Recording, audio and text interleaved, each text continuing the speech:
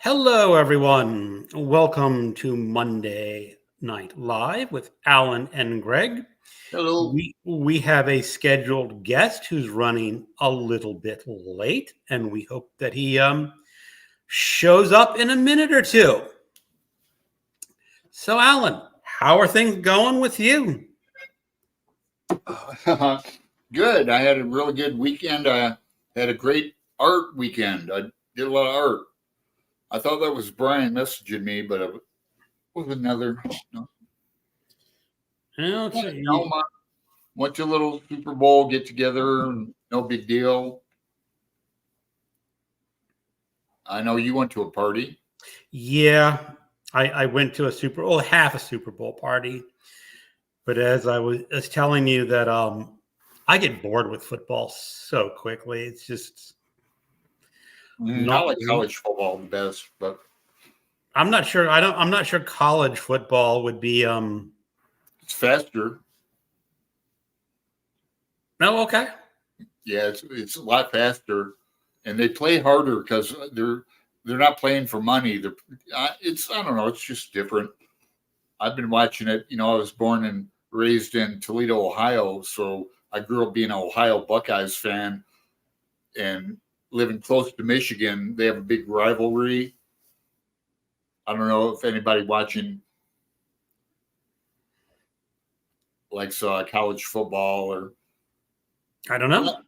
Yeah, I went to when I was at Arizona State. I went to we could go to games free when you go to school. So I went to quite a few games, and it's really cool to go live to sporting events. I've been to a lot of Blazers games up here. When you go to, go to live events. The time goes by really fast. Hey, MJ. Hey, Lee. Yeah, let's show our people. We got Lee Kempter. Hello, Lee. Randy Ray. We got everyone. Hey, everyone! I finally made it. Yeah, you made it a bit early. We saw you got here at 7:54. And MJ, hello, MJ. We got Randy Ray. Hello. We got Ariane. We got book chat with Pat. Hey, Pat. We're packing them in the chat room, and Brian is still Hannah hasn't shown up. Hello, Garrett. Hello, Hannah. Hello. You got Gareth. Hello. Middle of the night in England. And Portsmouth. James Holder. Hello, James. Hey, James. I don't think we haven't had James on the show ever. No, we haven't. We should get James on the show. Mm-hmm. And we're booked up till April. We are. I'm really organized, and I do everything on computer. Here, I'll show you. He's going to show you his scribbled notebook. This is schedule. It's subject to life, subject to change, but yeah, we're booked until April 18th. We are. Now we were talking about you were talking about the live events. I've only been to a few live sporting events, but I found my favorite are the minor league baseball games. Oh yeah, because a minor league baseball game only costs like $10 to get in. Mm-hmm. Where if you go to like a professional sports game, it's what, $100? Well, again, I would say Toledo, Ohio. Remember the TV show MASH and Corporal Klinger? Yeah. The Toledo Mud Hens. I grew up with that. All right. Yeah, I was a member of the Junior Knot Hole Club and all that. It was fun. Yeah. Yeah, thanks for reminding me of that. Minor league baseball. We played Pawtucket and Purdue. Yeah. Toledo Mud Hens. Yeah.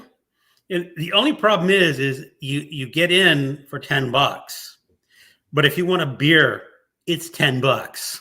Yeah. And a hot dog is like $10. So Yeah, but back in the day, yeah, they're a lot cheaper. But yeah, I haven't been to a baseball game in a long time because Portland doesn't have a team. We're trying to get a team you called have a minor league. You have a minor league team. yeah, the Pickles, Portland Pickles. You're right. He gets on TV sometimes. The guy in the pickle suit. Mm-hmm. I'm checking for Brian to see if nope. Nope. Brian hasn't picked up his Voxer message, so It might be he might be waiting for 8 o'clock his time. maybe, but no. He mentioned 7 p.m. Central, and I confirmed it'd be 7 p.m. Central for him. So well, he's got a grand baby getting ready too. oh, But it's kind of that'd be a trip if that happened. that would be a trip, and that'd be totally excusable. I think she lives in Austin. Well, shoot, what am I saying? I shouldn't even say anything. But so we got Jim. Hey, Jim and Fred. Yeah. So we got Gareth saying Biscuit Rage is busy trying to calm down before appearing on screen. I know. I'm really excited about Brian. I've got Jim. pictures of notes. Yeah, Jim's here. Fred. Read by Fred is here. Hello, Fred. Yeah, I got a lot to talk about with Brian, but we do. Rage Biscuit. Yeah, I know. That's his nickname. Brian's is Rage Biscuit? Yeah, I don't know if he's going to use it for Garbogist, but that's like his wrestler name. He does like wrestling videos sometimes. Oh, he does Dude Bro wrestle during. Yeah, the Dude Bro. All right, saying hi to each other. Yep. Gareth is the proper get together. Okay. So we've been here about 7 minutes. So Alan, what have you been reading since? Okay, well, again, like all month, I'm in groups for Sherlock Holmes that you're in with me, and so is Randy Ray and some others. Then Moby Dick. Moby Dick. I don't think anybody in the chat is in the group, but this is a slow-moving group. I'm ahead of everyone. I'm really enjoying the Sherlock Holmes, getting a really good education. We can talk about this later. Greg and I, buddy, read Smart Gaddis, and I read Giovanni's Room with my buddy reading partner Patrice Jones, and I'll probably re-listen to this, and because she's not done with it. I don't think she's even started. And look what I picked up at the library today, the free. Oh, Little Free Library, Chuck Palahniuk. I've only read one book by him. Yeah, it's not one of his best, but it looks pretty funny. I've never read any. I've read Invisible Monsters. Oh. That was the story of a beauty queen who had her jaw shot off. Oh, Lord. That sounds terrible. Yep. Well, can you expound on that? How does it begin like that? Or yeah, it begins with her narrating her life after she survives without a jaw.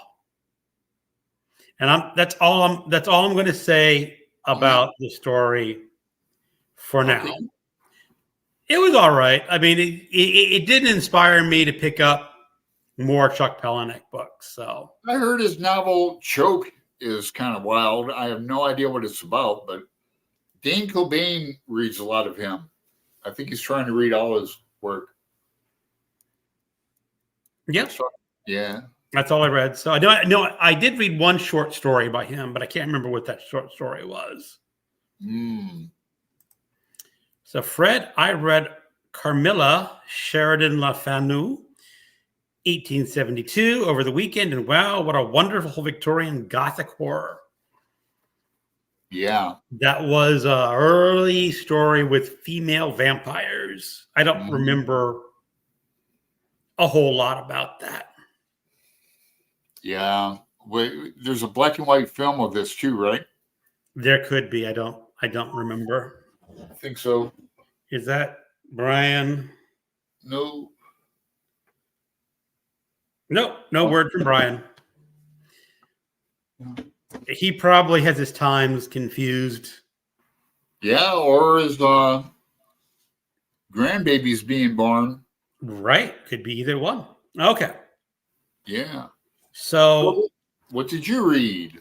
well, I'm currently reading Circe Wow. by Yeah. Madeline Miller. This is technically a reread. It is for my in-person book group. Yeah. And this Right. is the story of Circe, who's in, of course, Odyssey, and keeps Odysseus on her island for 7 years or something. Something Right. like that. We haven't gotten to the Ulysses in this book yet. Ah, But what's really, really good about this is also a banned book. oh, so you get two. Orange County, Florida banned this book. Now, I don't know why yet. So far, I'm actually reading this on my Kindle. My wife's going to be reading it for the book. She's got the physical book. But so far, there's nothing really remotely offensive about this, other than it's a woman who was taking charge of herself and making her own life her own, and making so maybe people banned it because they don't like to inspire women to be in control of their own lives or something like that, you know. Jeez. Yeah. How far into it are you? I'm about 40% in, Oh, jeez. but it's a lot of fun. You get all the Greek myths with slightly different Yeah, I heard about it. And what was her other novel before that? The other one, which is the one I know why it was banned, that was Song of Achilles. And that is a story of Achilles and Patroclus. Oh. I don't even know. Is that the right? Is that the right? His best friend who got killed? I don't know. You said Acropolis? Patroclus with a P, something I like don't that. know who that is in Greek mythology. I'm probably misremembering the name, but Oh, in her version, they were homosexual lovers.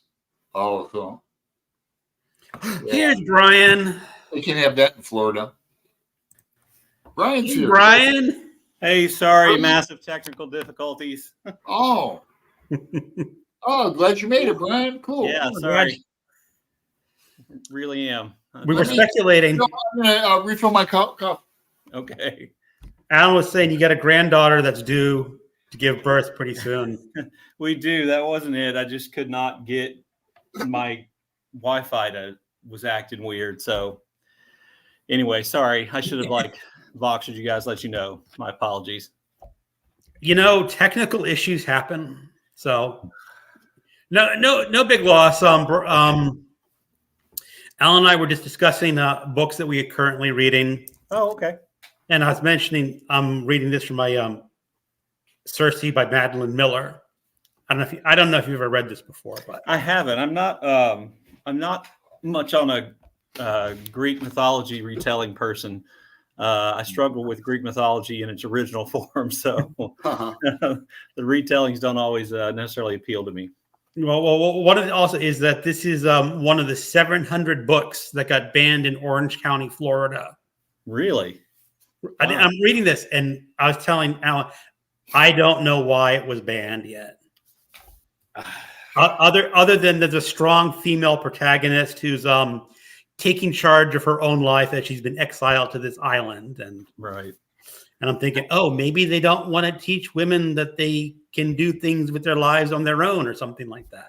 Yeah, maybe. I don't know. I didn't realize Orange County had banned that many books. Oh, they banned 700. Wow.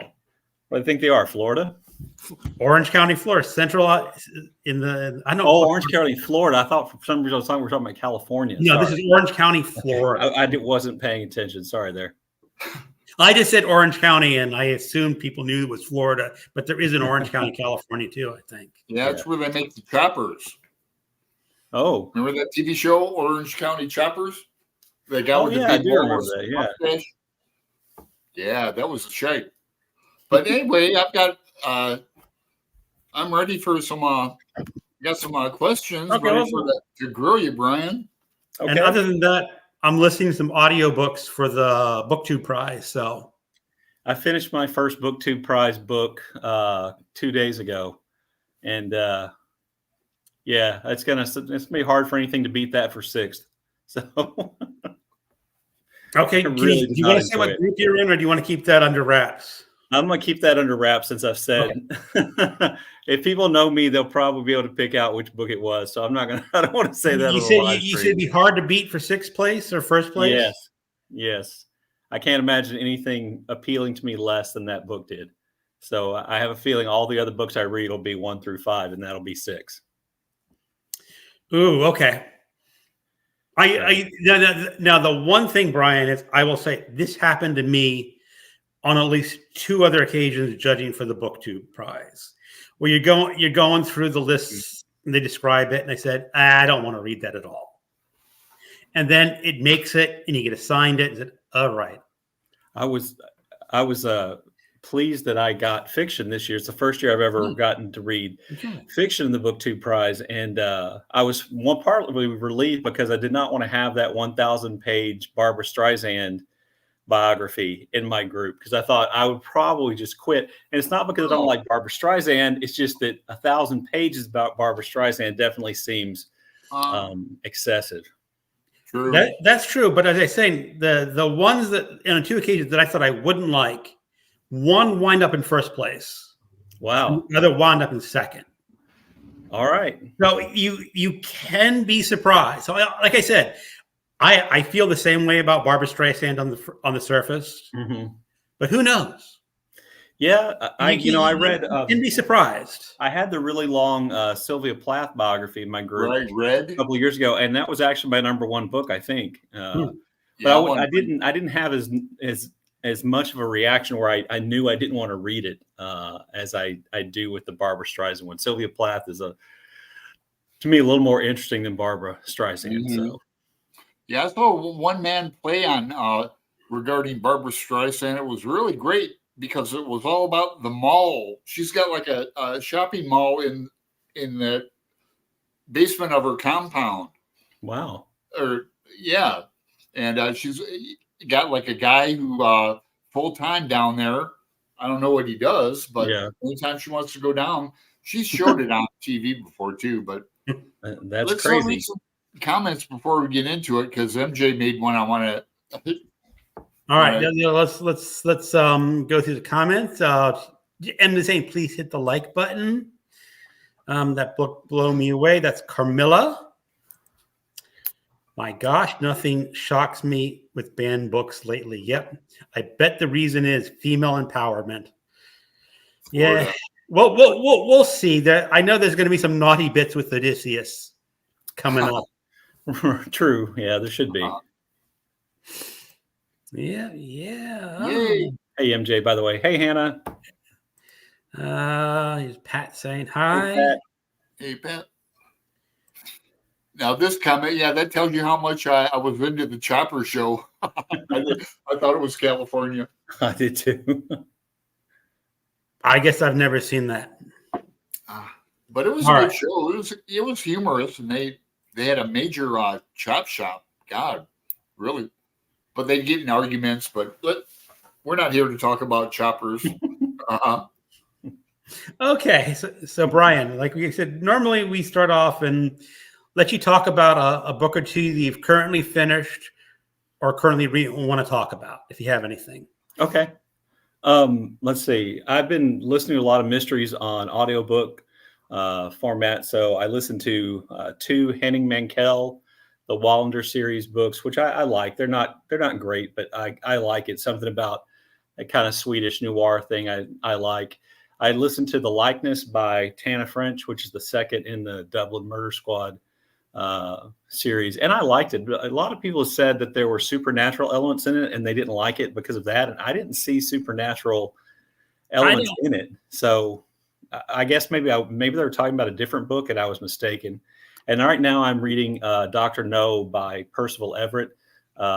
In my effort to read as much Percival Everett as fast as I possibly can, because he's like that new author. I want to read all their books that I can possibly get my hands on. So that's I'm about 80 pages from finishing that. So I read one of his novels. I can't remember because he's pretty prolific. yeah, like 30 But books. he's really funny, isn't he? He's really interesting. I don't, with this one, and I think his gimmick idea, like it's not named Dr. No for no reason. It's kind of like a takeoff on James Bond style novels and kind of supervillains and stuff like that. I'm not sure it's gonna. I'll be interested to see how he pulls it all together at the end. But it's just been a really fun read. And coming off that Book 2 prize book, which I did not enjoy, it's been really nice. It probably makes it seem even better to me because it's not that other book. So see, now I'm going to have to go through and try to guess which one.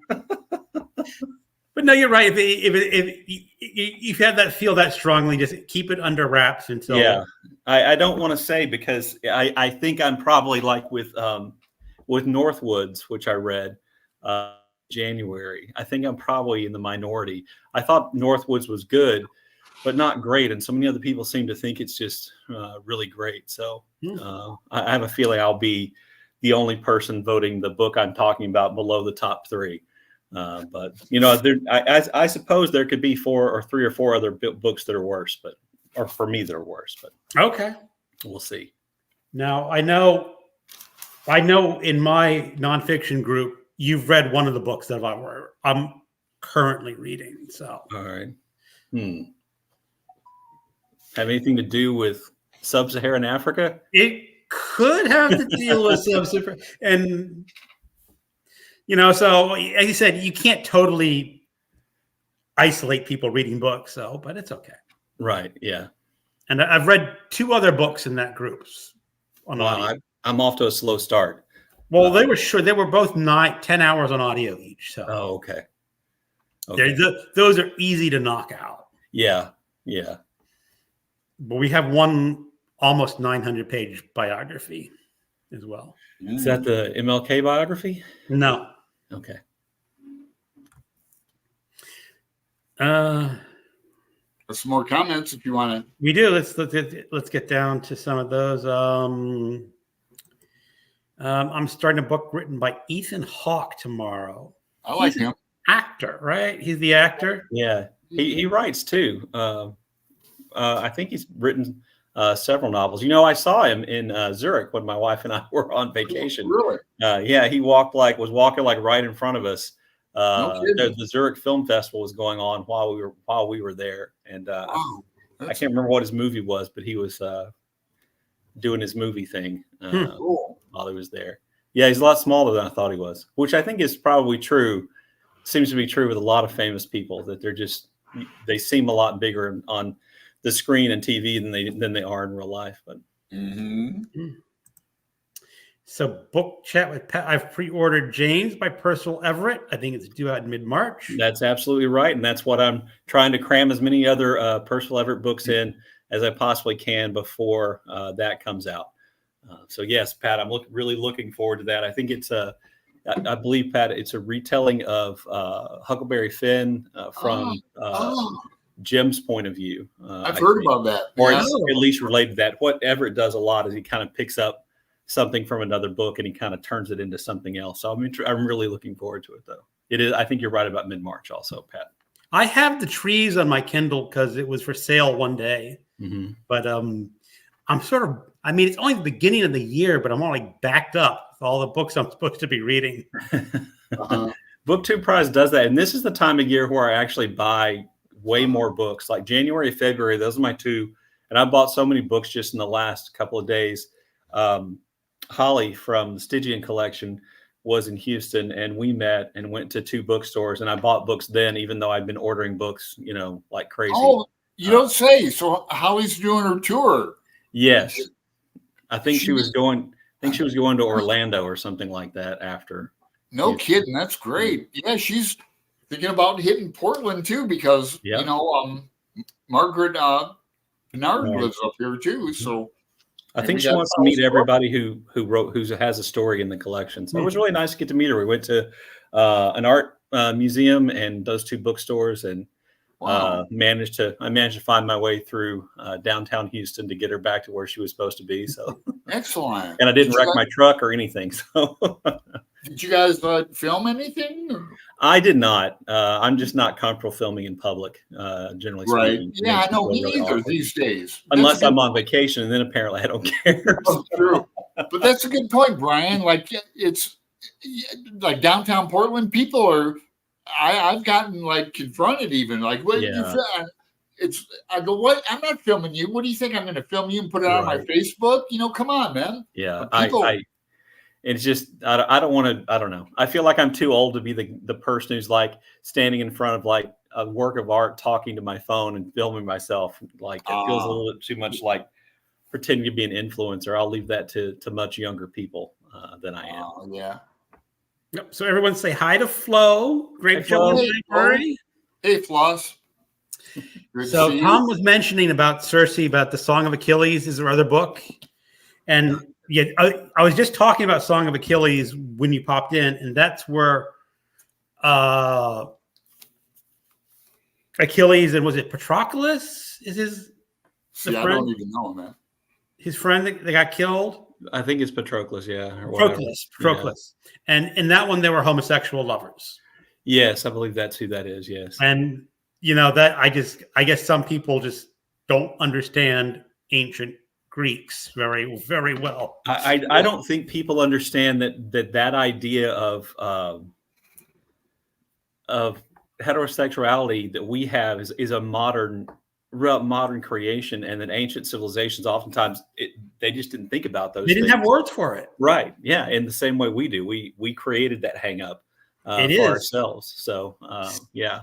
It was someone, I think it was Bart Ehrman talking about homosexuality in the Bible. Mm-hmm. And he said they really don't have, like I said, didn't have a word for it. Right. Yeah. And their description in one of the passages could mean a couple of different things. Yeah. Yeah. Anyway. But if you don't like reading and getting educated, that's that's the life you get. Right. It always just amazes me that we've kind of taken, these great works of ancient literature and decided to read them in the way which makes us most comfortable, rather than the way they really were. Because of Jesus. Is that a new one? My wish list after the challenge. He's talking. Brian. Oh, here's a question from Fred. Brian. Right. He's always got the best questions. He does. Oh, looking to grow your channel. What would you give newer booktubers starting out trying to grow their channel? The first thing I'd say is what I say to everybody, and Fred, you already know this, and that is to connect, comment, subscribe, connect with other people, do the BookTube newbie tag, do tags for a while, even if you're not invited, and then what happens, and MJ is the best person to have on here for this ever, really, in the history of BookTube, as far as I know. What happens is that people will kind of like include you. Like I think we're a pretty open community in terms of wanting more people to join and more people to be a part of it. And so, once you do that and make those connections, eventually people will figure out, who you are, and they'll subscribe to your channel and things like that. And, I think as a starting off BookTuber, my other advice would be, not to talk about how few subscribers you have. Right. I think that it really turns people off. If like you've been on the platform for like 2 months and you're complaining, or even like, at some point people don't want to hear that. And I think your channel grows more up to a point without, making it an issue. I think, when you want your channel to grow and you've already gotten like, 600-700 subscribers, then's the time to start saying, if you want to, like, comment, subscribe, and doing those kinds of things. And then, I think for what we do on BookTube, a lot of it is just like luck and random algorithmic catches. I had, almost all the growth I've had, which was beyond unusual, happened in like 1-3 month span. And I just had two videos take off. Nothing like Ollie from Criminale, but like just 2 videos take off. And I picked up like 2,000 subscribers in like 6 weeks. And you know, for a while I thought, well, I'm going to try. Let's see if I can replicate that. And you know, I made similar videos in similar ways, and didn't work out that way. So, and now I'm going to stop trying to chase it. So, That's wild. I remember one video that went wildly crazy was my Western Canon tag. And I just went after and said, okay, I got to do a tag. I'm doing this one. I just made it, said, okay, so, you know, I thought it was like a waste of time tag, you know, you all done does. And it got like 2,000 views, which is big, especially back then. It's like, what made that video so popular? And I can't point out anything. Yeah, it's always a mystery to me. The other thing, just one more thing I'd say about answering the question is, do single book reviews of books that, you know, you think might stick around for a while. One of the things I think helps the channel grow consistently is having what people call evergreen content, stuff that people will keep looking at and keep watching, you know, for years. That's just out there. So like my video about where not to start with Cormac McCarthy, that's usually every month. That's usually like my third or fourth biggest viewed video. And I put that video out 3 years ago. But it still brings people to the channel, and it still, you know, gets views. So I would say the last thing is, you know, I kind of think once you hit 1,000 subscribers, and if you want to monetize, once you can monetize, if that's something you want to do as a new booktuber, then once that happens, then I don't think subscribers matter nearly as much as views. If that's what you want, if you want to grow your channel, you really want to grow views more than subscribers. And those two things are not, you know, you kind of want your subscribers to watch your video to kick it off and get into the algorithm. And then you hope it catches on with people who aren't subscribers. And you know, I know lots of people don't like looking at analytics, and you don't have to, and I'm going to tell you to, but if you look at your analytics and look at that one graph that shows new viewers versus, you know, return viewers, usually on the videos that, you know, you have thousands of views on, you'll find that the vast majority of people who watched it are not your subscribers. They're people who saw it, caught it, was recommended to them somewhere else. And your subscribers help get that going. But, you know, beyond that, I don't think that works out very much. And, you know, I've said several times, if you're getting 10% of your, if 10% of views on your, sorry, let me say this right. If the views on your video are 10% of your subscriber number, then you're probably right about average. I think, regardless of how big your channel is. Yeah, I know like more than a handful of people who have started channels, and I like them. I can name off a few that after a few, like maybe 6 months to a year, they get really impatient. And even, boy, one guy even put out like fake. He goes, I want to thank everybody for 500 subscribers, or maybe it was 1,000, and he only had 200, you know. Yeah. I don't know. He had a decent channel though, really good editing, and then Barbara from Australia, God, she sent me a box of candy. It must have cost her, you know, $50. But she had a good channel. Remember, with her and her daughter? I do, yeah. That was a good channel. I enjoyed that. A good little gimmick, quote unquote. And yeah, I don't know. And, you know, I think a lot of like adding subscribers and stuff is just longevity. The longer you do it, the more subscribers you're going to get, the more views you're going to end up getting. And, you know, for most of us, it takes a long time. And like I said, you know, my channel growth in terms of subscribers is probably pretty much the same as yours, with the exception of that one weird period a couple of years ago. I know my old, like, before we were even doing Faulkner in August, I think I started out doing like Light in August, and one or two of those videos gets thousands of views because it's like students.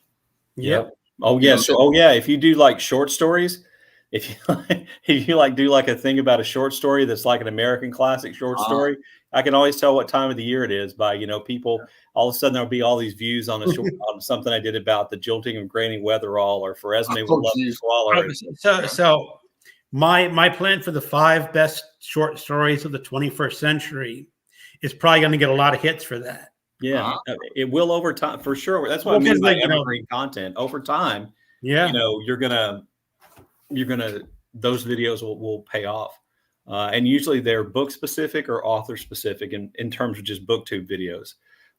Those are the ones that would still get views. No, see, my issue is with single book reviews is I probably picked the wrong single book to review, because I'll review a book that's from like the 1970s or something. This is really great, and people are just not on board with me. Well, that's true. But I think what people should do is what they want to do. You should make your channel what you want it to be and not worry about all the other stuff. You're going to be happier in the end, because chasing the algorithm and chasing subs and views is pretty bad business, and it'll make you unhappy pretty fast. Yeah, comparison to others too. Yeah. I enjoy my little channel, and I like the community and the friends I've made more than anything. But like I did a review of My Sister's a Serial Killer, which was kind of a big book like 3 years ago, and it's still it probably gets 30 views a month. Wow. Still, so I have no idea why. That book seems to be one that, I guess, it's got a catchy title, so people look it up and they find my review on BookTube or whatever. And I joke, if I wanted a popular channel, I'd read epic fantasy books. That does help. YA fantasy, yeah. I read a few and I like them, okay, but I don't want to spend all my time just reading epic fantasy. Additionally, old men like us are always going to have a hard time growing fast, I think, unless you are like Ollie is, and I think he just has like a gift. He does, and he hit the right book, at the right time, and I think it's his accent. Could be. No, he's a great. I mean, he energetic, good looking, knowledgeable. And he does a video almost every day. I mean, he does. I don't know how he does it. I'm retired, and I sometimes can't motivate myself to make a video. I haven't put a video out since last Thursday. It's just so easy. Like I was sitting on my bed, I was reading my Kindle, my cat was on my side. I said, I really should be making a video. And my cat's asleep. You go, no, I'll just read my book. Well, I think it's because I met Holly and I knew I was going to do this, even though I was late. Sorry again. And so I thought, well, I've got BookTube stuff I'm doing this week, so I don't have to make a video. So I haven't made one. And I think the video I'm making is not going to be about books anyway. So I hate to remind you, Greg, but we're getting behind in comments. I know. I got a comment. Book chat with Pat says, yes, Huck Finn from Jim's perspective. I'm really excited about that too. If you don't know, Pat started her channel, and if you haven't subscribed, you should go over there. And subscribe to her channel. Okay. She's pretty much now, Brian, have you ever heard the book Finn by John Clinch? No, I have not. That was about 10 years ago now, maybe a little. But that is a book about Huckleberry Finn's father. Oh, okay. The drunk, abusive. He dies in the first 3 chapters or something, but it's actually a good book. I've never heard of that book either. It was a first novel, but it's like exploring a character who's a bit interesting. Yeah. It also talks about it answers a question about Huck's parentage that lots of people speculate in Huckleberry Finn. He takes a side on that one. Well, here you go back. The Song of Achilles, also removed from school libraries. I checked the paper. This is a list of books. Unbelievable. So sad. Yeah, if you look at the 700 books banned by Orange County, it's just amazing. I mean, it's gold for me who wants to read banned books, because I said, oh, they like Raymond Chandler's on there. Yeah. It's just somebody was talking, and I saw a video. Somebody was saying that they just think the person opens the book and reads till they find something objectionable, and then they put it on the list. They have a list of things they're looking for that they don't want. They think are objectionable, and they just automatically put it on the list. It's ridiculous. It's really getting out of control. And I don't know if you've seen this, but there is a woman running for Secretary of State in Minnesota, I believe. Missouri. Was it Missouri? Could be Missouri. It's one of those M states. It was M state. An M state, not Michigan. But her video is her with a flamethrower. I saw that. Setting books on fire. She said, "Let me. I'll do this more. I'll do this more." Yeah, It's just. I keep thinking, trying to have faith in the American system. We'll just go so far and then pull back from the brink, but who knows? Yeah, like Emily, it's just way out of control right now. I used to pride myself on the fact that much of what we taught is in these banned books list. It's just horrible. Yeah. I don't know if there's anything left. Well, You didn't they end up having to ban the Bible in Utah from public schools? Because, Oh, yes. yeah, they like lefties caught used the law to kind of make a point there. Yeah. Mm-hmm. And I think it's in Florida too. They banned the dictionary. Yep, saw that. Right. Yep. Crazy. I didn't answer MJ's question. It's Ash Wednesday. Thanks for the shout out. Yeah, we're a little bit behind. Let's get caught up. I have a waiting list for me. The Bright Ray of Darkness. Brian, you're brilliant at political comment, and those channels that cover political thought are always popular. Yeah, you get a lot of views on your political stuff, Brian. I do, but there's only so much of that I can take. I went really hard for a while, and I just get tired of combating the ignorance in the comment section. Yeah. It's very distressing and disappointing just to see, like you said, the direction our country is going in. Yeah. Yep. Flo says she likes Cersei. Gamer resilience. Hope you enjoy doing it. It's because that's the bottom line. Yep. That's true. I just posted my first video last night, and it was great. I have not seen it yet. I got to go search it out in my feed and subscribe to it. Yeah, she picked a good name too. Book Chat with Pat, easy to remember. Yeah, check it out. Thanks, Gareth. It's just a newbie tag, but that's the way to go. Well, that's a place to start. Yeah, people will find you. Mm-hmm. All right. Batch filming, that's the best. I can't make myself do it. Batch filming? What's that? I can't batch film because that means you have to batch edit.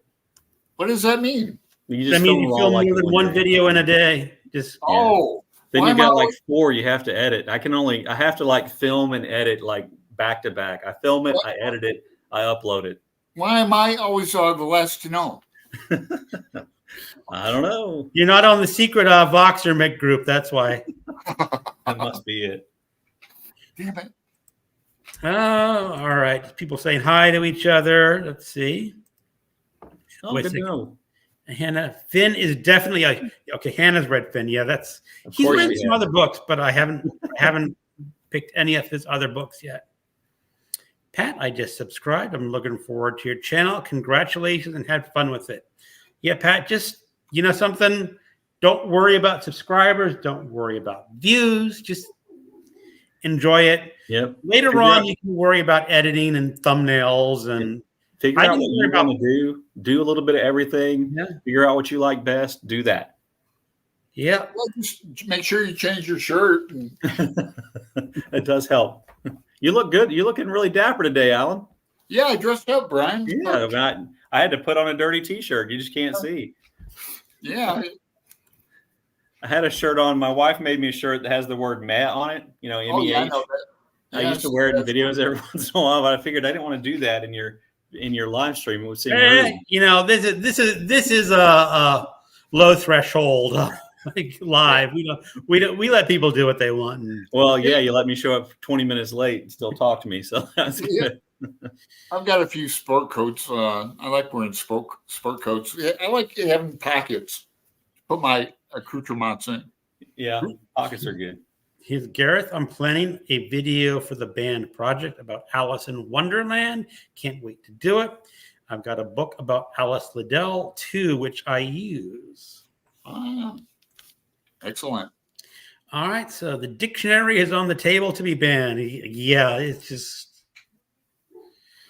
Yes, Oh, MacArthur's- well, we're going to get to this at the end of the comments, but MacArthur's Bloody Butchers. Yes. we will hold on to that until the end of the comments because that was something I wanted to get to. But let's get through comments. Yes.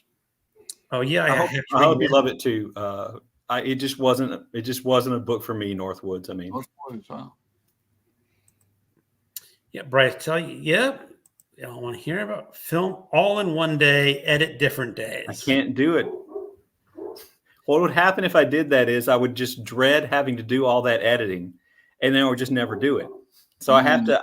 I'm. That's just like when I do anything. If I'm writing, if I'm mowing the lawn, I have to do it all. I have to start and finish. Oh, that's funny. How about eating like your the bread pudding? Is that true for that too? Yes, whatever it is, I have to start and I have to finish. However much I was going to eat that day, I eat. Now, Gareth is known for having videos in the can. Yeah. He's like Jimi Hendrix and Neil Young.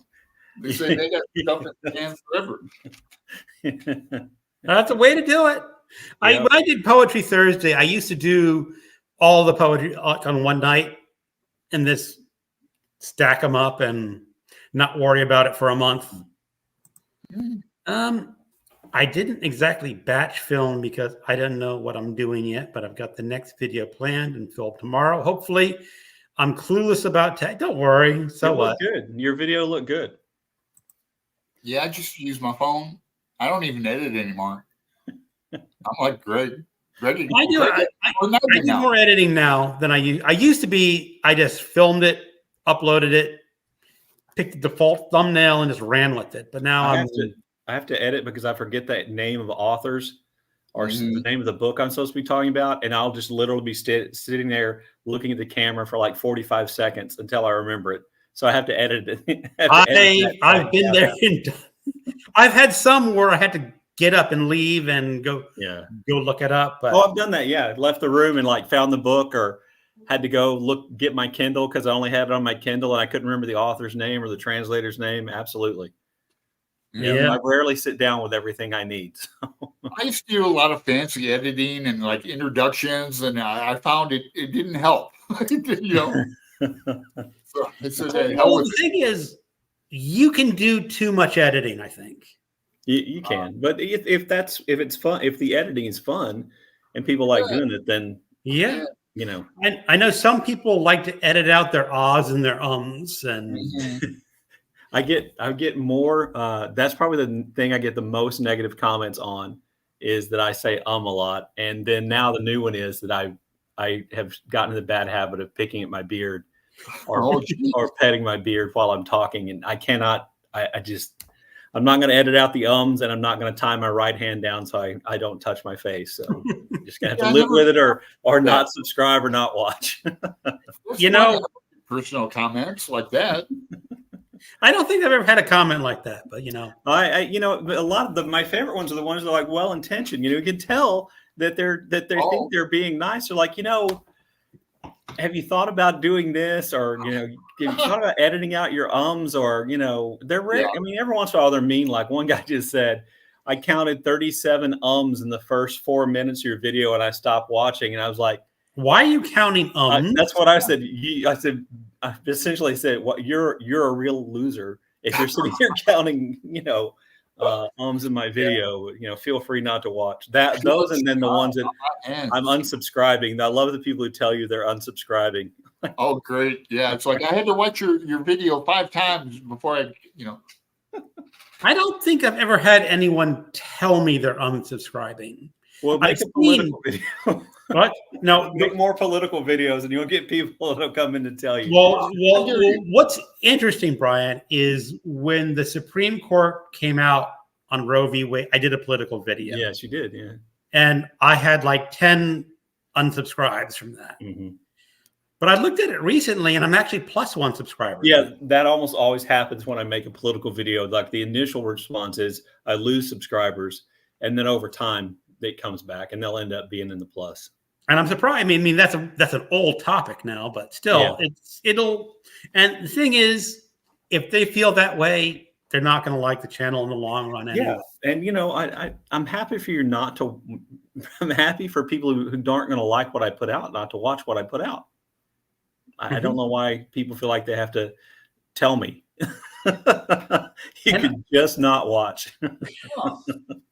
So here's the MJ and Gareth. You were a time traveling quantum leaper. Wow. Okay, that's an old show. Can you carry biscuits with you in quantum space?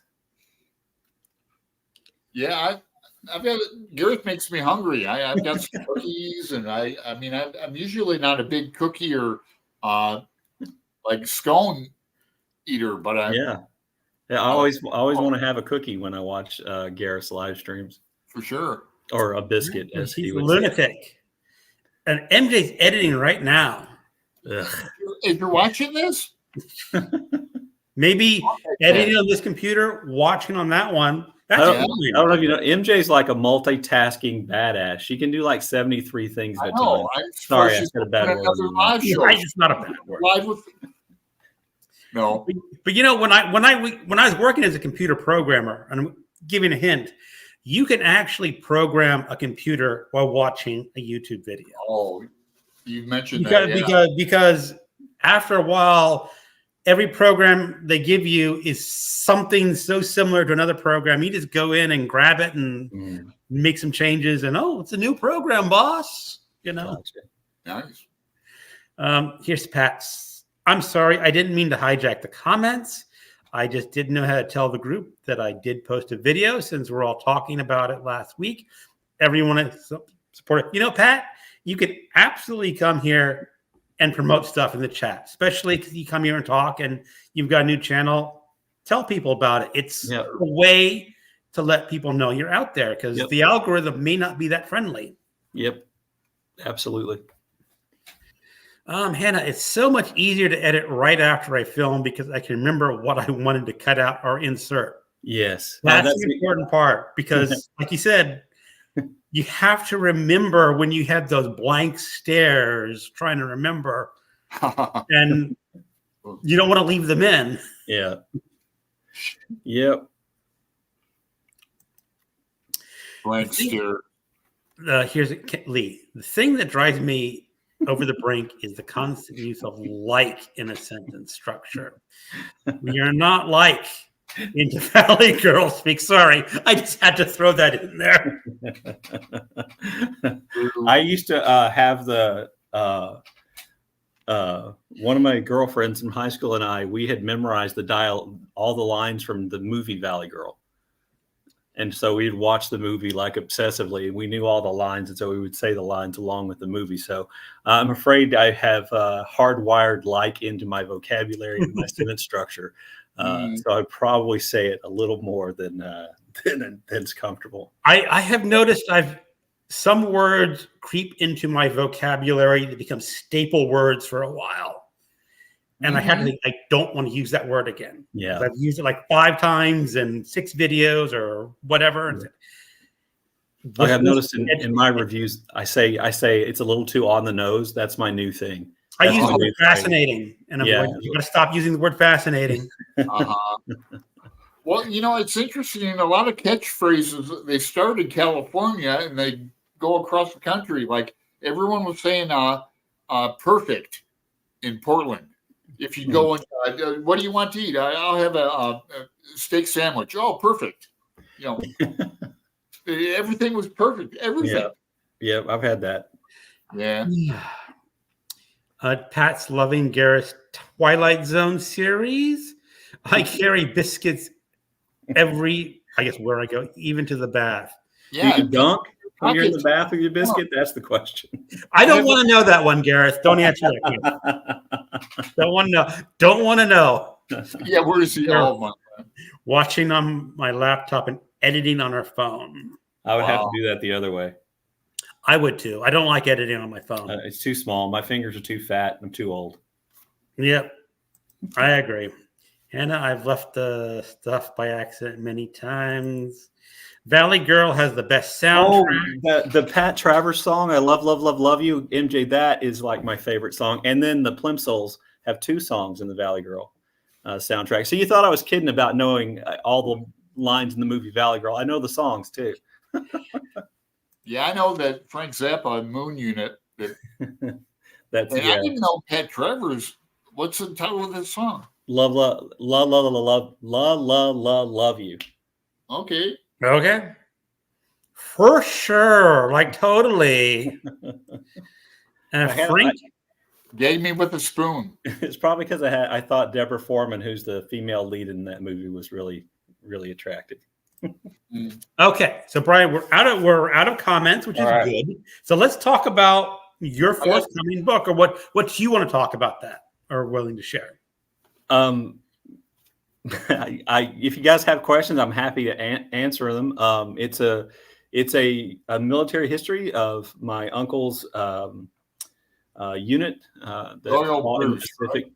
What? Doyle Bruce. Yeah, that was my uncle, and his unit fought in the Pacific, in New Guinea and the Philippines, and I was able to find his story, and then 3 other soldiers who were actually in the same company with him. So 4 out of the 140, 160 or so members, 3 of whom were in the unit for most of the war, along with him, that he knew and interacted with. And it just kind of told the story. It's a military history in the sense that, I do trace the movements of the unit, and I do have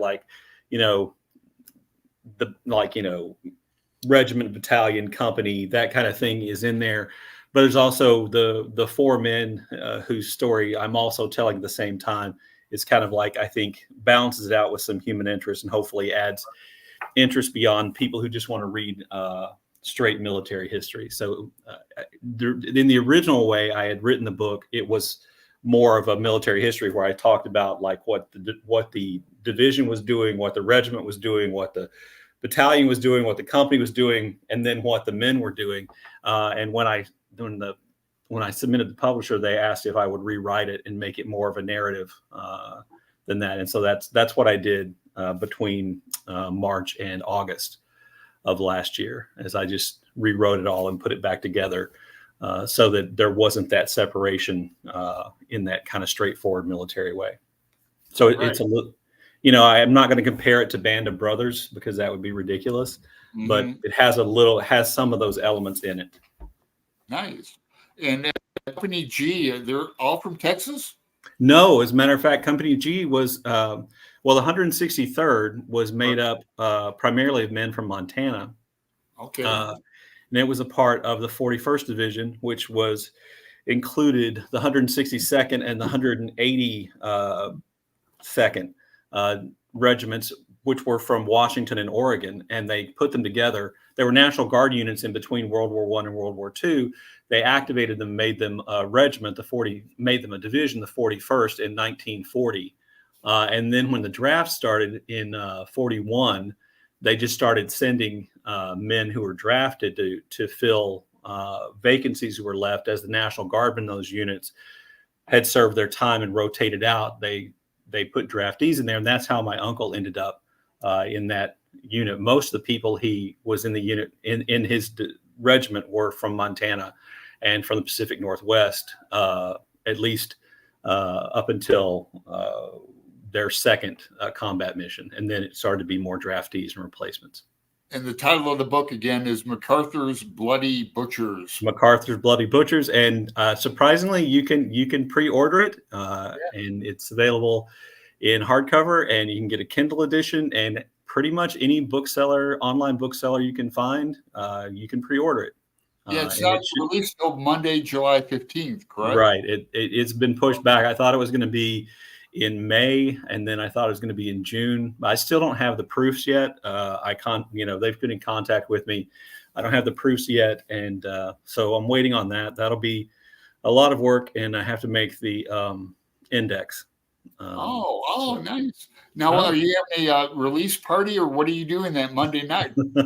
I have no idea. It's still a little bit like. Can we pencil you in for that Monday, July 15th? Sure, if you want to. Absolutely, I'll try to be on time for that one. So now, Brian, you mentioned there's going to be a Kindle edition. I didn't see one on Amazon, or is that just because it's just not scheduled yet? I thought it. I think my sister ordered the Kindle edition. I couldn't Maybe find not though. it either. You I couldn't didn't find see it. I mean, when I looked it up on Amazon, I just saw the hardcover edition. Well, maybe I could be wrong. I thought my sister had told me she had gotten the electronic edition. Maybe it's I'll have to check. I'm sorry. I'm not. Now, it's also possible that they have not gotten those two books combined yet, as recognizing them as a single book. Maybe so. Maybe so. And that happens. Yep. But that unit was really interesting. They were one of the first American combat units fighting in the Pacific, beginning in January of 1943. Wow. Pretty much around the same time that U.S. forces attacked the Japanese at Guadalcanal. My uncle's unit was fighting in New Guinea. Spent a lot of time fighting their way all the way up New Guinea, and then in the southern Philippines and Sulu Archipelago. So, and they spent time in Australia training, and then after their first mission in New Guinea, they came back to Australia. So they're really interesting stories about them in Australia and kind of the culture shock, and I just thought a lot of kind of interesting stories. My uncle was a pretty charming fellow, so he had stories, and a lot of his your uncle friends. still alive, or is he passed? No, he died in 2001, 2000, Okay. 1999, maybe. I can't remember. It was right around then, but he died. Yeah. So this is your memories of what he told you, or No, he had done an interview with a cousin from his wife's side of the family, had decided to try to preserve the World War II memories of her family members who had been involved in World War II, and her dad had been a combat pilot, a fighter pilot, and so she did his story, and then she interviewed my uncle. So I had the tape, and then one of his sons just like last year put that out as a book, his like interview and some other things. So that's where I got that story, or his story came from that. I see. And then the another man who he knew and who my uncle's mentioned in his book wrote a book about his experiences. And then one of the other guys I write about was the actual 41st Division historian once the war was over, and he wrote literally hundreds of 2-3 page articles about specific events, oftentimes ones that he was involved in directly. And he was he knew my uncle. And then I found when the publisher got back to me and asked me to rewrite it, I found a fourth man who served with them, not the whole way, not as long, but his story added some information about hospitals and medical care that I didn't have from the other three men. So how did you find a publisher for this? Kind of curious.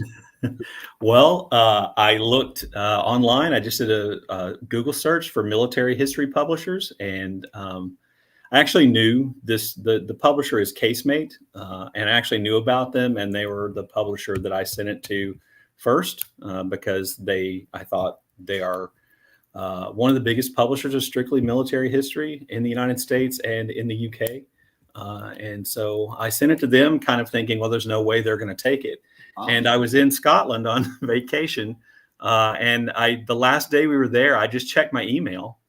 And before I'd gone, I'd gotten rejected by the same publisher. I got a thing saying, no, I don't think we're going to be able to do this, from one guy. And then while I was in Scotland, another woman who worked there as an editor sent me an email, which I was like 6 days late in answering, saying that she would be interested in it if I rewrote it. And so as soon as I got back, I started that process. Nice. But I just looked, I knew about Casemate. I just looked up their website and followed their submission guidelines really strictly, which is important with nonfiction publishers. A lot of times you don't have to have an agent always with a lot of publishers, particularly specialty publishers.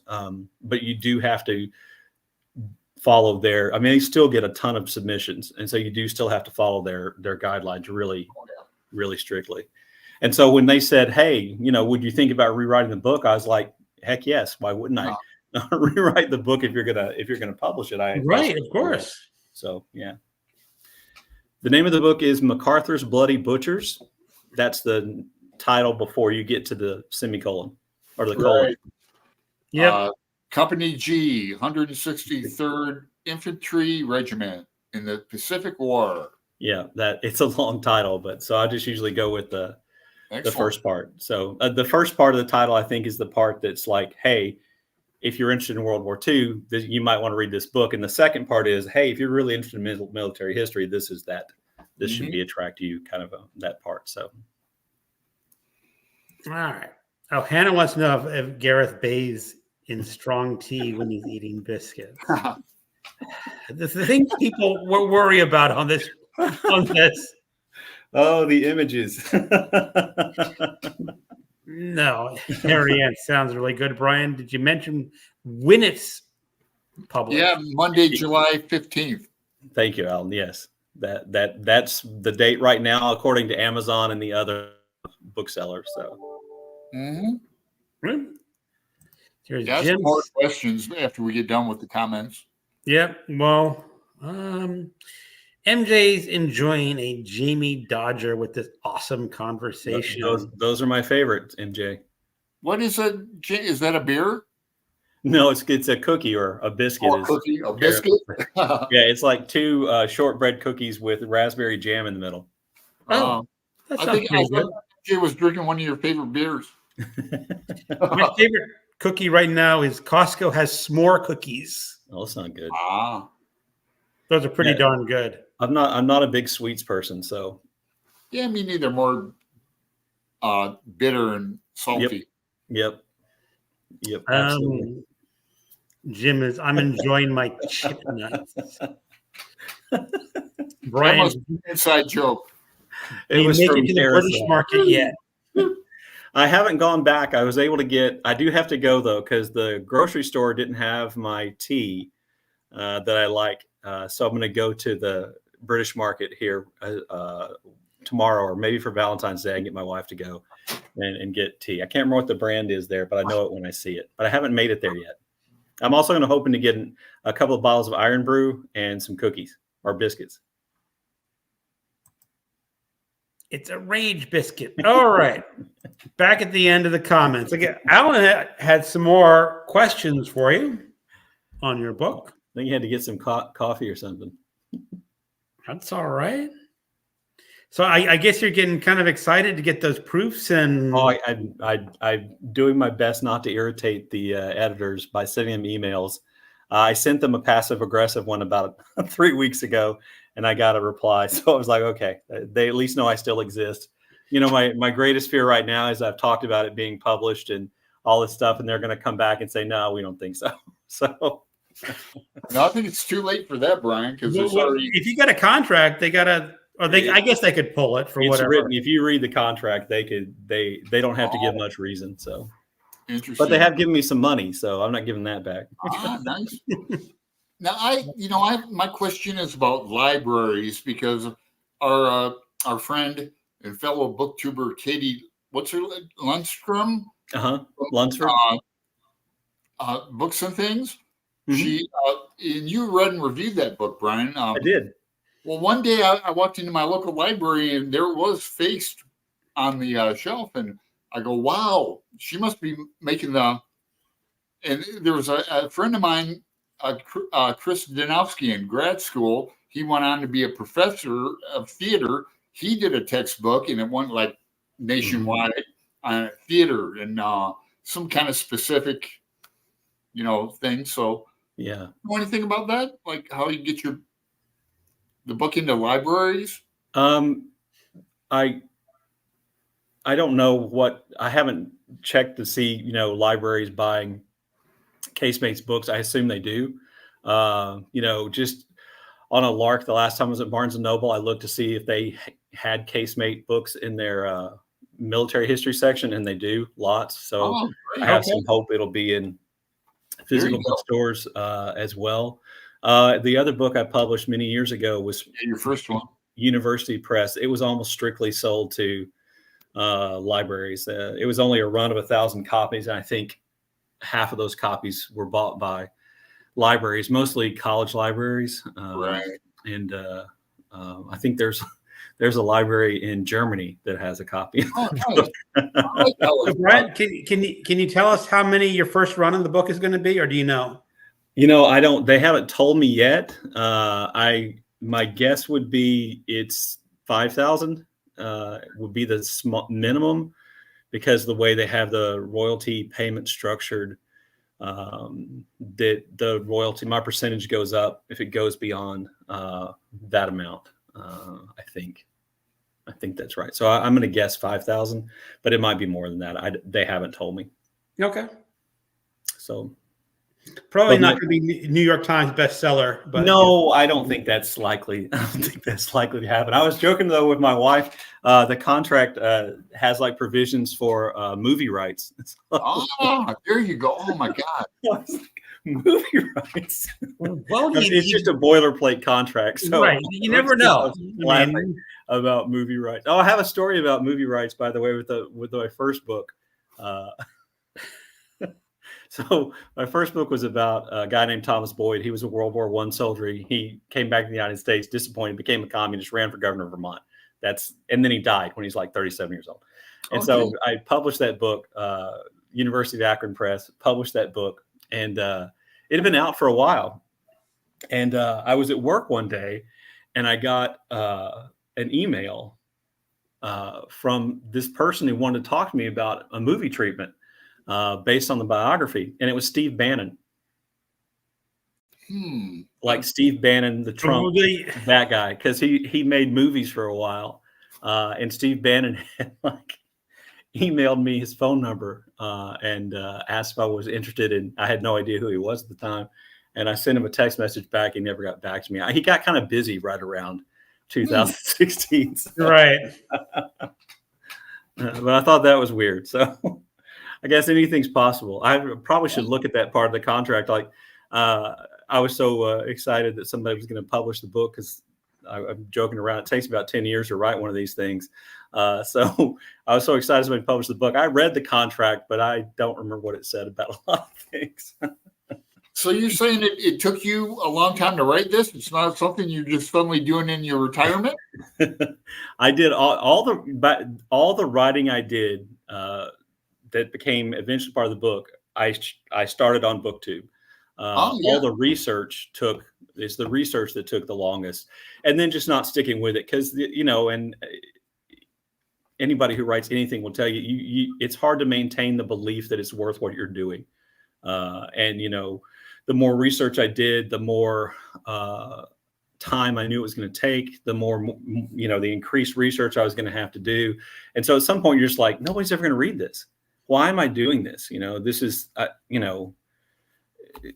anyway. So there were periods where I just couldn't. I don't want to do this. But 2019, I made the first writing vlog ever on my BookTube channel, which was really just a little bit after I started BookTube. And I wrote you could actually see me. I'm writing chapter 1. Right. That's because I was going to say, it seemed like you just started a. Yeah, but 2019 was 4 years ago, so that's 4 years right there. Wow. So yeah, time flies for sure. Yep.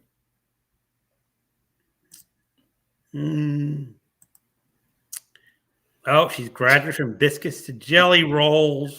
Yeah. The advertising placement of your book is amazing. Have you Googled your book?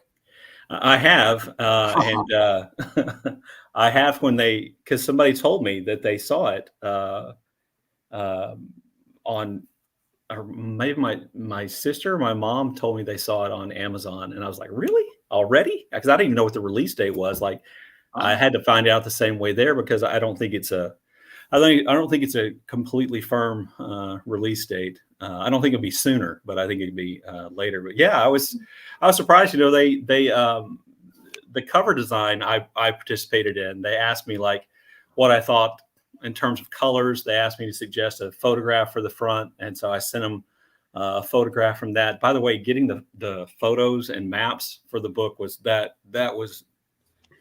stressful. That was because it's really hard to find things that are in the public domain that are useful in that regard. Fortunately, some of the U.S. Archives photo collections that are online actually are photos of the 163rd, my uncle's unit. So I was able to find enough of those and enough that are close enough, and maps that kind of fills out that part of the book. And then Sonia, from An Enthusiastic Reader, she's like has worked in publishing and layout and design.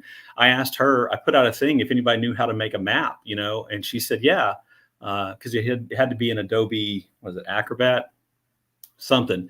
And she said, yeah, I can do it. And I sent her what I wanted to do. And she had a map like the next day, and I just tweaked it a little bit. And then she sent it to me, and I sent it to the publisher. I said, will this work for like the front piece map? Because it shows like all the places they went in the year. And they said, yeah, she did a great job. So, shout out to Sonia for doing a great job. Excellent. She's out of Denver. I like her. Yeah. Yeah. The whole community just pitches in. Yeah. It was so nice. I was incredibly pleased by it being, she definitely knows what she's doing. It was exactly what I wanted. And when I said, hey, can we do this? She just did it. And it was exactly right. So cool. It was kind of amazing. Oh, Jim is going to keep an eye out. You, Jim. You can pre-order it. See? Do pre-orders make a difference? Huh? Do pre-orders make a difference? Well, I think pre-orders make a difference to how many they're going to print. I think they decide how big a run to make. Now, this may be only true with like bigger publishers. It may not be true with especially kind of publisher. But Casemate's pretty big for what they publish. But I think that pre-orders can affect how many, how big the run is, because it gives them an idea of how many people might want to buy it. He says, can you post the link, MJ? Yeah, someone can post the link. You just Google MacArthur's Bloody Butchers, and I think that, or the Amazon link. I'm not sure what they're talking about, what kind of link, but whatever you want to do. And here's Hannah. Have you decided who you'd like to star in your new book? Oh, I have ideas. I definitely do have ideas. So I think for my uncle, I got to pick somebody really good looking. So and maybe Benedict Cumberbatch does not look dissimilar from my uncle. So maybe he could be my uncle. He does an American accent. That'd be okay. Is he too old? Probably, but people in the 40s looked older than they do now. And my uncle was since the draft, and when they started the draft in 41, it wasn't like Vietnam draft, which was like they concentrated on 18 to 21. It was like 18 to 35 technically. And if you were unmarried and of draftable age, and you were drafted, and that's what happened. He got drafted in October of 1941, and he had just finished basic training. And then Pearl Harbor Day happened. He was already in Seattle at Camp Murray when Pearl Harbor happened. And then they went on guard. They went on shore guard immediately. They gave him old World War I rifles and the flat, World War I 10 cowboy hat looking hats. And they put him out on the coast. He said that's the coldest he's ever been, by the way. Is guarding Puget Sound. So. Yeah, the water. Yep. Yep. All right. So that's the end of the comments again. All right. So I'm looking forward to it. Oh, thank you. I think I'm going to pre-order it. Well, if there's an electronic version, please do. It'll be a lot cheaper. I think the price is set around $35 right now. Yeah, about right for normal hardcover, about 34 or something like that. Well, hopefully. And the thing is, it's under the exemption of my book buying ban, because BookTube authors are exempt, even though it'll come well after I'm done with it. So yeah, you're on like 74, right? 74. Yep. I saw that. That's good. I can't do that. I have books on my shelf that I've decided that I want to read, but I will probably never read, because right now I'm in that phase of I want the shiny new book, and so I'm reading a lot more newish releases than I probably ever have in my life. Yeah, I'm pretty much the opposite. I almost never read new releases anymore. Yeah. Oh, well, I reread Cities of the Plain. That's the other thing I read recently. I read McCarthy's Cities of the Plain, and I did a review of that to go along with the reviews I did like 3 years ago of the first 2 books in the Border trilogy. So I forgot to mention that when we were talking about the books I read. I know because I was reading an extreme horror Western, where one of the main characters' name is Grady. Oh, great. Like, oh, are you channeling Cormac McCarthy? That's all right. Cormac McCarthy channeled lots of people. and then later in the book, it says, there was this guy, because they talked to a guy who worked with Glanton. Glanton was a real. He said, "Oh yeah, it was Glanton," and I said, "Wasn't he in Blood Meridian?" Yeah. And they go, "Oh, they had this white guy that called himself the judge." Okay, you're really, really channeling. I don't think that's channeling. I think that's ripping off. It's plagiarism. No. Well, Creative license. well, it was weird. Yeah, it's like people talking about a character who may or may not exist. I guess you can do that. Yeah, I mean, it's I really not don't. really. Yeah, I think what I know about copyright is that if you're not copying the exact words, the exact description, then you're pretty much okay. And Yeah, you can call it that, pastiche. but you can't use certain characters. I think you can talk about if characters are talking about a character, that's fine. Whatever. Yeah, you could. Well, yeah, I think that's true. Well, what about all the Sherlock Holmes? He's public domain. That's out of copyright. Yeah. Wow. Yeah. We were talking about that. Is like in his last book, which was still under copyright until this year. They say he never showed emotions. They said, well, you can have an unemotional Sherlock Holmes, but you can't have a Sherlock Holmes that shows emotion because showing emotion is still under copyright. That's weird. That was just bizarre, but that copyright law is it is weird, and you can look it up real easily and find what it tells you, and then it'll tell you, except for this and maybe this, and there's this, and you can't do that, and we're not really sure if you could do this, and you just end up like, okay, I'm just not going to use, because that, there are potential copyright issues with the book I just wrote, because I am taking stories from other people's books, but I'm not taking the words they used for their stories. But you're doing basically research. Yes. And you cite your source, I presume. I do. Yes. And I don't, one of the first things they did, the publisher told me I sent it in, is they ran it through a plagiarism checker. They said it had a really low score. So they were really happy. And I was too, because that is a concern that I have, because, well, plagiarism's just wrong. It's one of those things. It's wrong, but also it's like, if you were like to quote from a book, you do that all the time in nonfiction. Yes. And you forgot to put a citation in. Yeah. Is that plagiarism, or is that just something you just fix in the? It depends on. It depends on if the person you are quoting's material is copyrighted.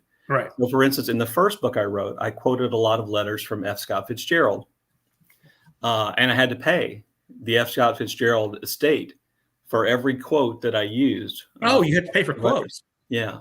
So if I was quoting his letters, they were part of copyrightable material.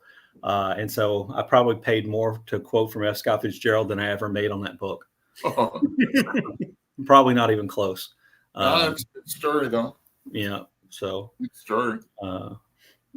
That was, and one of the weirdest things about that book was I had talked to Thomas Boyd, that's who the book's about, daughter, and I'd been in communication with her, and she just sent me all this stuff. Like, she would just periodically send me like a huge envelope box thing, just stuff full of like original material. And I dug through there, and there were letters from F. Scott Fitzgerald, like handwritten letters from F. Scott Fitzgerald that she was just sending me in the mail. Oh, and handwritten letters. Yep. So signature, the whole letter, everything, unpublished letters. And I was like, man, this lady really trusts me. And part of what she wanted me to do was to get them organized so she could submit them to a museum. so that when she died, they would be, accessible to people. And so I did that, and I got them. I got the Ohio Historical Society to take her collection, and I organized it and everything. I described what everything was as best as I could, and then when I published the book, I had to get permission from them for the stuff I quoted from the letters I gave to them. Oh, did you have to pay for them? No, they didn't make me pay. They didn't make me pay. But because she had died and the stuff, then it was theirs. And I had to get permission from them to. Well, Brian, I know you're a big Fitzgerald fan, and is there another book you could get out of the letters and that? The only letters I got copies of were just specifically from Fitzgerald to Thomas Boyd, or from Fitzgerald to Thomas Boyd's wife. So I don't have, those are on, you can find those at the Princeton Library has the entire thing. And I don't know if they've digitized it yet or not. I'm so old that when I wrote the book, I had to pay for them to copy them and put them on microfilm. So I have microfilm rolls of letters from the Charles Scribner's archive at Princeton and from Fitzgerald.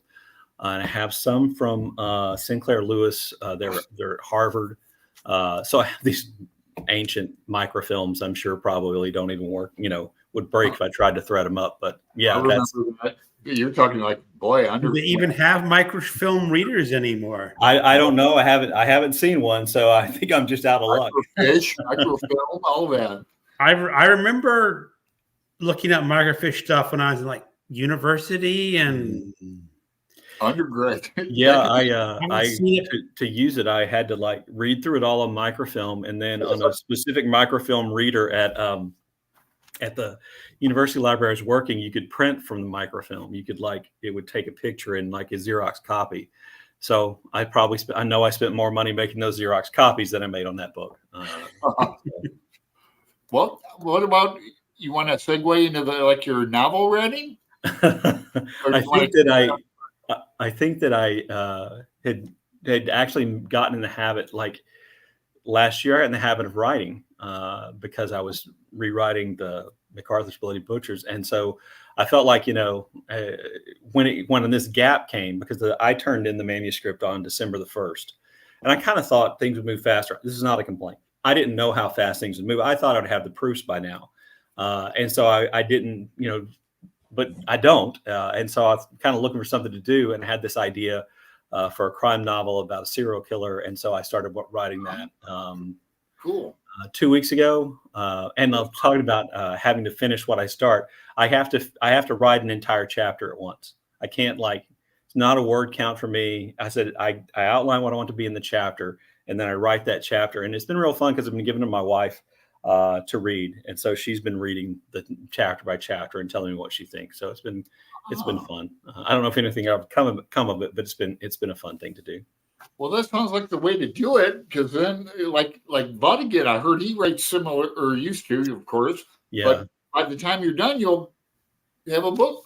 Yeah, but what I've also found that writing nonfiction creates the bad habit of for me, of leaving things out because I know I don't have that. I would write in a nonfiction in the book, I would write something about something. Okay, well, I don't have that, but I know where I can get that, but I don't have it right now. And so I go ahead and write it, then come back and fit the new stuff in. So I've written 4 chapters so far, but I have written them without descriptions of place.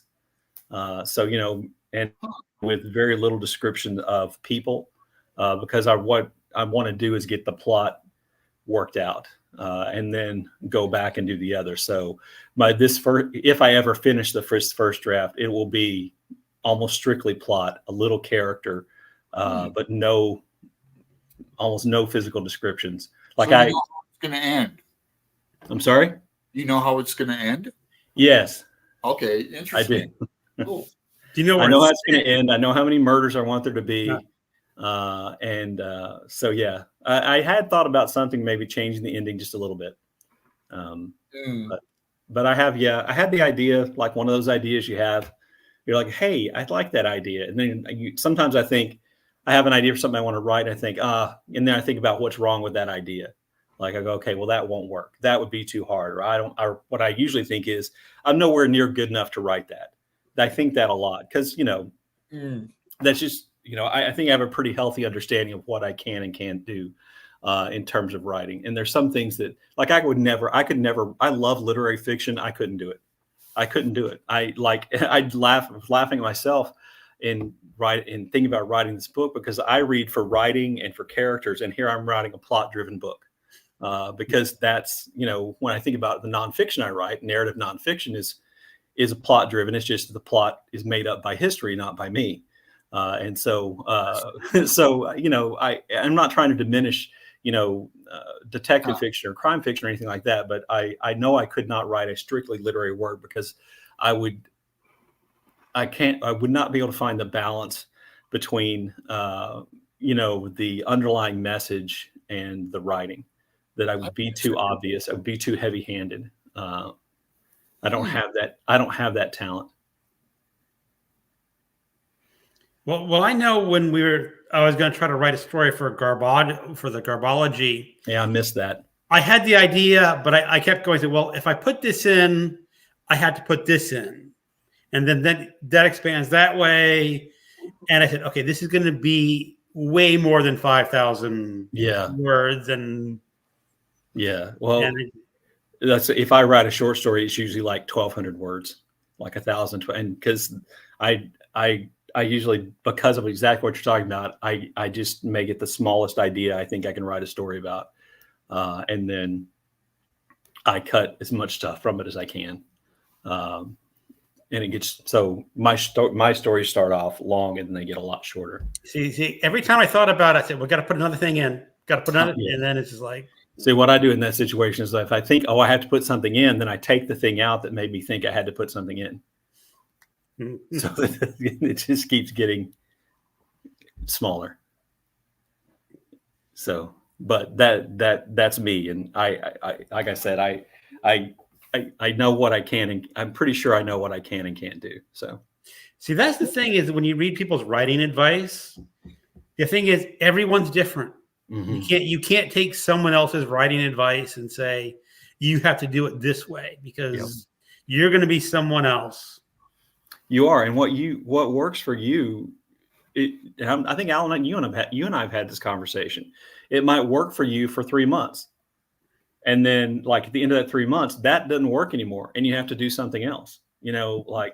I can never be one of those people who sits down and writes in the exact same location every day. Like when I was writing, sometimes I was at the desk where I sit to make my videos. Sometimes I was sitting in a recliner with a TV on. Sometimes I stood at the kitchen counter and wrote and typed. And then I found that if I left the house, it was best for editing for a while because then I didn't have anything. Editing is the worst thing ever. Did you go to like a cafe or a coffee shop? Yep. Yeah, even just like to a park for a few minutes, I got so much more. It would seem to be counterintuitive, but in places where I was less comfortable and where there was more stuff going on and I had less that I could do, instead, I got more editing done. But yeah, you're saying writing advice is, I watch a lot of writing vlogs because I just got to find it kind of entertaining for some bizarre reason. But yeah, you have to figure it out yourself. I followed like Hemingway's writing advice. I still kind of do that to a certain extent. I think he actually has a really useful, applicable idea for writing that almost everybody can apply, and that is to stop at a place where you know what comes next. Like don't write yourself out. Like always stop where you know what you're going to stop in mid-sentence. I think it was more Graham Greene. Graham Greene was a word counter. Like he would, he wrote it exactly, I think it was only like 350 words a day. And he wrote in pencil in a notebook and he counted. And when he got to 350, if he was like in the middle of a sentence, he's okay, I'm done. No and kid. He would just, now Hemingway was 500 words a day and be done, right? Yeah. But I so I like that idea. And I apply that a lot. Like, I know what I'm going to do next, and I try not to stop. I try not to write myself all the way out because to me that's when the block comes. Leave it in the typewriter. He'd like leave. Well, Anthony I did that for a while. Said he could do 250 words in like 25 minutes or something like that. Who? Anthony Trollope.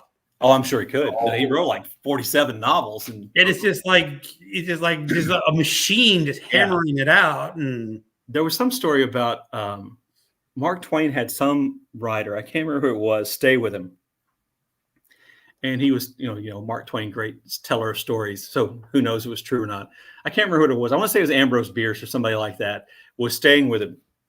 And when I'm going to say it's Bierce anyway. okay, So when Bierce came into the house, he said, I have a story due tomorrow, and Twain's like, well, do you have an idea? And Bierce was like, no. He said, you don't have anything written? He's like, no. He's like, how long does it have to be? He said, a certain length, certain page number. And he and Mark Twain sat around, talking, having a few drinks until it got to be dark. And Mark Twain said, when are you going to start writing that story? He said, I'll get to it. Oh. And then Twain said, okay, I'm going to go to bed. And Bierce asked him for a bottle of whiskey. And Ambrose Bierce went upstairs, or whoever it was, went upstairs and drank the whiskey and wrote a story. And the story was done in the morning. He must have been young. That would not be me. I'm not somebody who can drink alcohol and write or read. I always like laugh when I see Matt. Yeah, it's Matt. But I was thinking of Robert from who does the BookTube Prize. His new channel is Pages and Pours, and he reviews whiskeys and stuff like that he drinks. And he's always talking about he'll take a picture on Instagram and be like, what the whiskey he's drinking, the books he's reading. I'm like, no, I can only do one of those two things at a time. So. As long as you don't drink too much whiskey. Tell me about one whiskey's fine.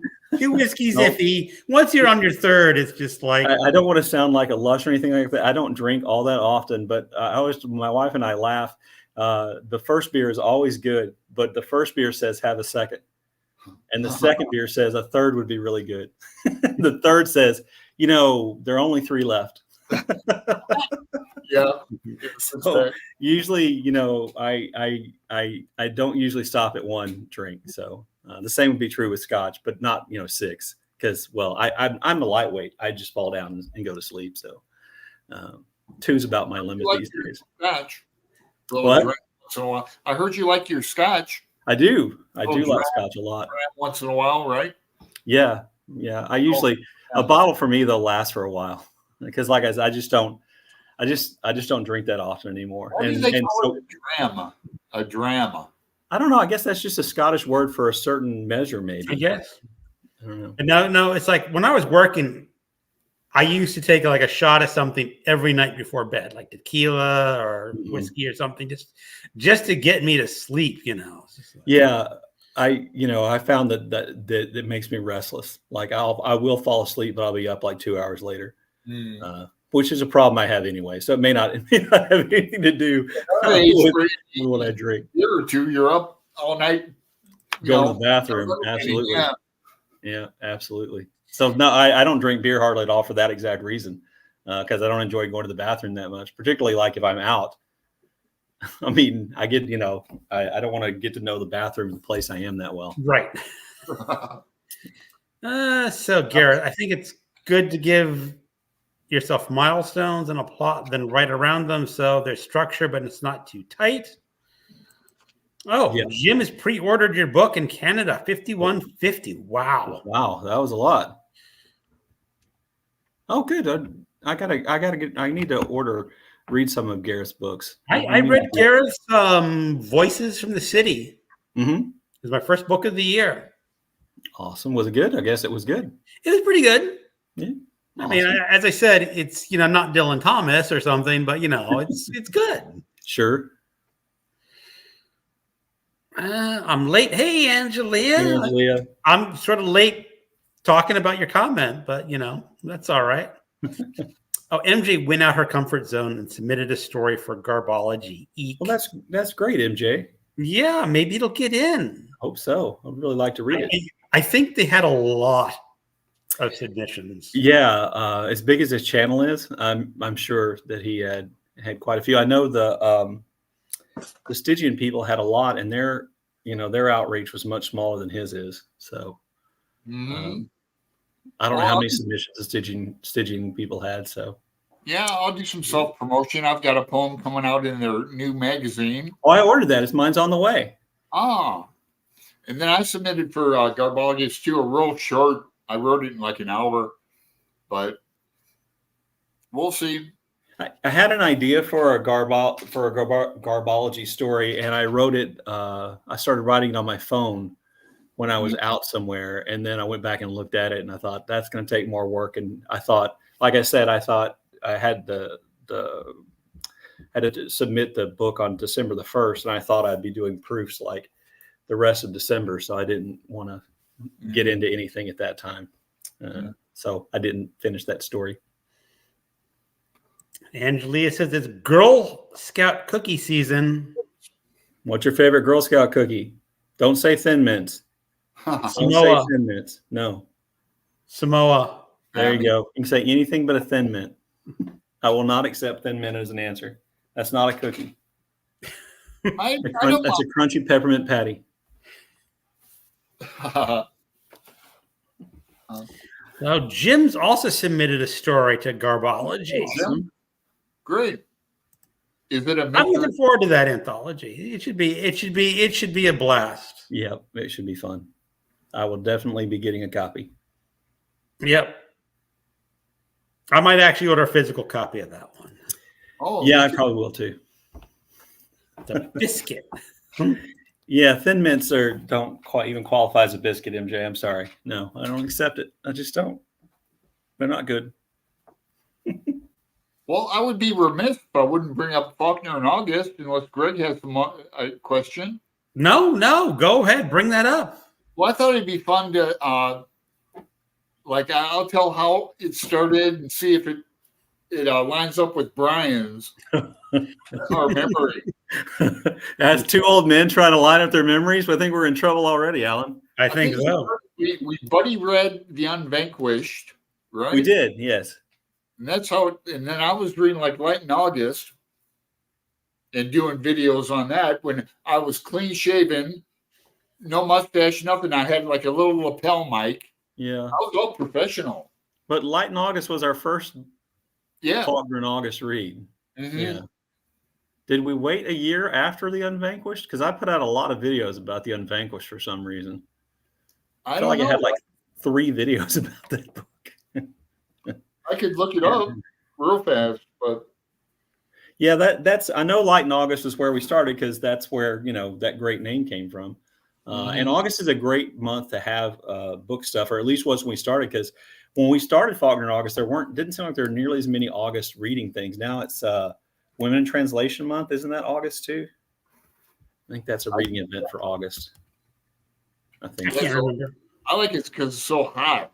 It's like hot. Like if we ever had like a meetup in Oxford, Mississippi, at Roanoke to like visit Faulkner's house, it'd be fun to do it in August, man. In Mississippi in August. Yeah. That's the problem is that you don't want to be in Mississippi in August. No, I do live in the southeastern part of Texas, so it's pretty damn hot down here. But I tell people all the time we have air conditioning.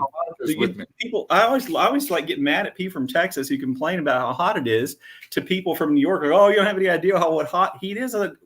We're the ones who don't know. We have air conditioning. We're not sitting in our house when it's 85 degrees with no AC. We're like got the AC cranked down to 70. As long as you don't go outside, you're fine. Yeah. So I mean, you guys get if you don't have air conditioning, I promise you're hotter than I am in the summertime. It's just that I don't go outside and do anything. Back when I was doing my fishing channel, I always took August off. In the Pacific Northwest, when I moved there in 2006, most homes did not come with AC. No. I mean, when we ordered our home, they put in AC and they're going, yeah, like you're going to need it. And the thing is, you really only need it for maybe 4 weeks out of the year. Yeah, well, that's like the heater here. Yeah, I just got a conditioner last year. I didn't even want it. I was along with my ceiling fan. But the climate change is real. We have like 116 in Portland. Yeah. Like 2 years ago. Yeah, I was in Phoenix. A long time ago, I was in Chicago for the summer. I was staying with some of my wife's family, and they didn't have an air conditioning. And that was the hottest I've ever been. Wow. And that was hot.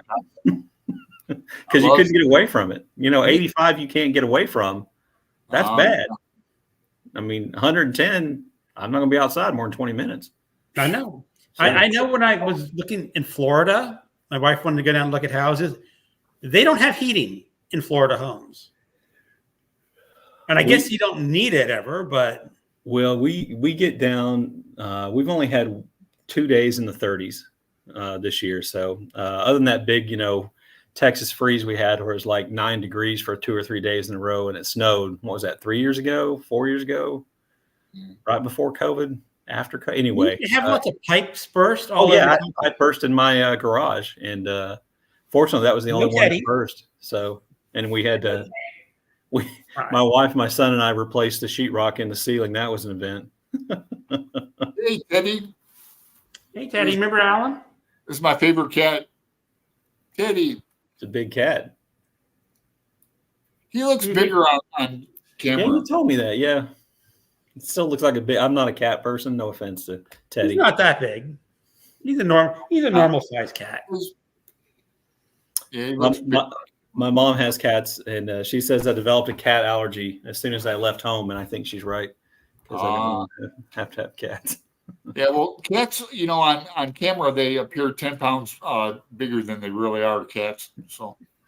I'm sure that's true for me too. Yep. So this August we're doing As I Lay Dying, and Greg's a host. You've been a host for like 3 years. I've done Sanctuary, we did the Snopes trilogy. That was fun. Cool. And Absalom. It's been my 4th year. Yeah. Yeah. The Snopes trilogy was fun, but it got to be 4 a little years. bit Can't be too much. Roz is already committed to be a host. And it's As I Lay. We're doing As I Lay Dying this year. Okay. Yeah. I knew we voted on it. I just couldn't remember what we picked. Voted on. Yeah. It's Faulkner in August is a democracy. Yeah. Now, the thing about Faulkner is he's got apparently some really bad books out there. Sanctuary. What? I like Sanctuary. I'm talking more about Mosquitoes or Soldier Pay Soldier's Pay. I read Soldier's Pay a few years ago, and it's not particularly good. I mean, you can see why. I can see why it was published at the time it was published. I can see why he got he got a deal to write another book. It's good enough for that, but it's pretty bad. Yeah. That's the same edition I have. I tried to read A Fable, which is the one I think he won the Pulitzer for. Pulitzer and National Book Award. Yeah, and it's terrible. I can't get more than 3 pages into it. I might have to try it as an audiobook or something because I have it. I have the paperback, the audio, and the Kindle. Yeah, the paperback I have is the print's tiny. Oh, the print. Hold on. Let me show this out here. It's just like insane. I've never even read Taurus. I've read it, but the version I have is Flags in the Dust, and so it's a little bit different than. I have that. Yeah. I mean, look at how much. Yeah, that's what mine looks like. Let me see your cover. No, my cover's different, but nice. It's tiny. It really is tiny. It's like who? I mean, you must be like college students or something that never. The Percival Everett book I'm reading right now, the print's pretty small. It's a good thing I really like it because it's like I have to take my glasses off and hold the book like an inch from my face because otherwise, even with bifocals, it's too small. That's why I'm really beginning to love my Kindle more and more. It's just easier on the eyes altogether. Even if you don't make the font really big, it's just so much easier to read. And you can hold it in one hand, and you can make a little tent and lay sideways on your bed and read it sideways. And it's just you can read it with the lights off. I know some people are really resistant, and I mean, look at me. I'm in a room full of physical books, and I was the same way. And then I watched enough, probably you, Greg, talking about your Kindle. And I thought, my wife asked me what I wanted for Christmas a couple of years ago. And I said, you know what, give me a Kindle, and it's a Paperwhite. And so she did. And I got it. I was like, I read one book. I was like, this isn't that great. And then all of a sudden I was just like, everything I wanted to read was on my Kindle. And now that I figured out the Libby can get books from your library as ebooks and read on your Kindle. That's just the greatest thing. You have a Libby app. So, I mean, Oh. I still buy more physical books than I should because I still do like owning the physical books, particularly if it's a book I think I'm going to like or by an author I know I like. I like having the physical book, but yeah, my Kindle it's saved me many times. I have a Kindle Fire. It's so old. But my Yeah. mom had one of those. I got my mom a Kindle Paperwhite this year. So yeah. So let's someone says here, must concur with Brian regarding Thin Mints. Yes, I knew it. Who's this? Probably don't even TK like Talks Books and I'm trying. I mean, I think she's a new commenter. Yeah, she started her channel Oh, maybe 2 weeks ago. You should check it out. Great channel. Really, she and I have really similar taste, I think, in books. So she's one of my favorite new channels. I can't remember what comes after the and. I'm sorry. And being me, I'm blanking on the name right now. TK Talks. But her actual name, it starts with a T. We'll find it. But I'm glad that we agree on Thin Mints as well. Yes. We're like BookTube soulmates. Angelia. So Angelia, the librarians read reviews and choose books. So getting reviews somewhere like Booklist or Cooklist is helpful. So Brian's see when they shop. All right. That's good to know. Thank you, He's an Angelia. ex-librarian, if I'm not mistaken. If I remember. I think she still is a lot. Or I don't know. I know she was or is. Yep. So here's Can I vote this the most MJ comment in the history of comments right here? Read it with a page turner remote control. It's a fantastic accessory for God. walking on a treadmill or being Uber. Now, Walking on a treadmill and reading. That's only you, MJ. I when I walk, I have audiobooks, but my problem is that it's not going to fit the page turner.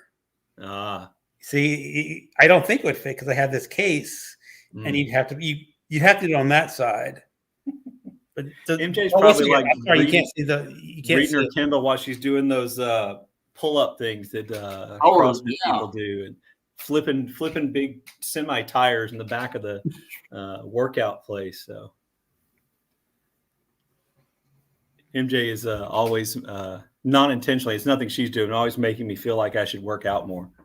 Yeah, I know she did a video about working out, and it's like I do my walks every day. That's enough for me. Yeah. I don't. One of my favorite MJ videos is a few years old. I always ask her about this. I want more. She did a kayak video where she was out kayaking. Yeah, more kayak. I thought I would get when I had my fishing channel. I was going to get a fishing kayak, and then I realized my balance is not very good, and I get seasick really easily. Oh shoot, that would have been cool. I thought a kayak would be a really bad idea. And then there's a local kind of lake in the town where I live, and a guy in a kayak drowned there. Like right around the time I thought, I'll just keep standing on the bank. It's the same. My ex Molly and I had a 2-person kayak, and we go in like the marina. We wouldn't go in Lake Erie, obviously, but it went into Lake Erie. Did you was it a sit in or a sit on top? No, it was a sit in. Okay. Yeah, we weren't flipping over or anything. I got you. Yeah, but your legs were inside the boat. Yeah. It was a lot of fun. And Greg, he has a cool lake. I live near a lake. I thought about getting a kayak, but here's the thing. I know what happened to me. I'd buy a kayak and I'd go out kayaking the first time. Say, this is great. Yeah. Go kayaking the second time. This is good. Third time, it's okay. Yeah. Fourth time, do I have to go kayaking again? That's why the fishing was the only reason I was going to do it. Then he's selling his kayak on eBay.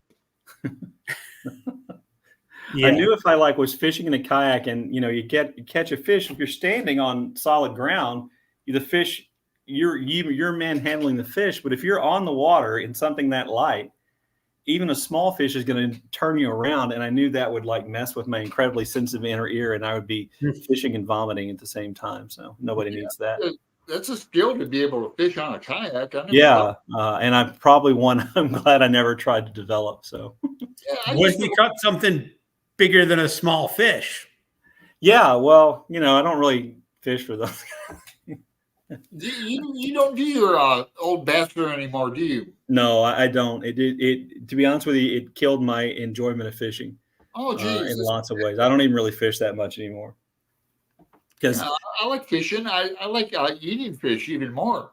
yeah. But the type of fishing you do, you said you can't eat them because of the what? Yeah, Well, where I live is like chemical city down here, so I wouldn't eat anything. might as well just go to the grocery store, right? Yeah, that's right, and they've already cleaned them there. So, Uh, but yeah, no, it just got to be where it was a chore to go fishing because I had to make videos and then I had to edit them. And if you're making a fishing video and you catch 5 fish, like I go fishing for 3 hours, I catch 5 fish, then I have to edit 3 hours of video down to like 5 or 6 minutes.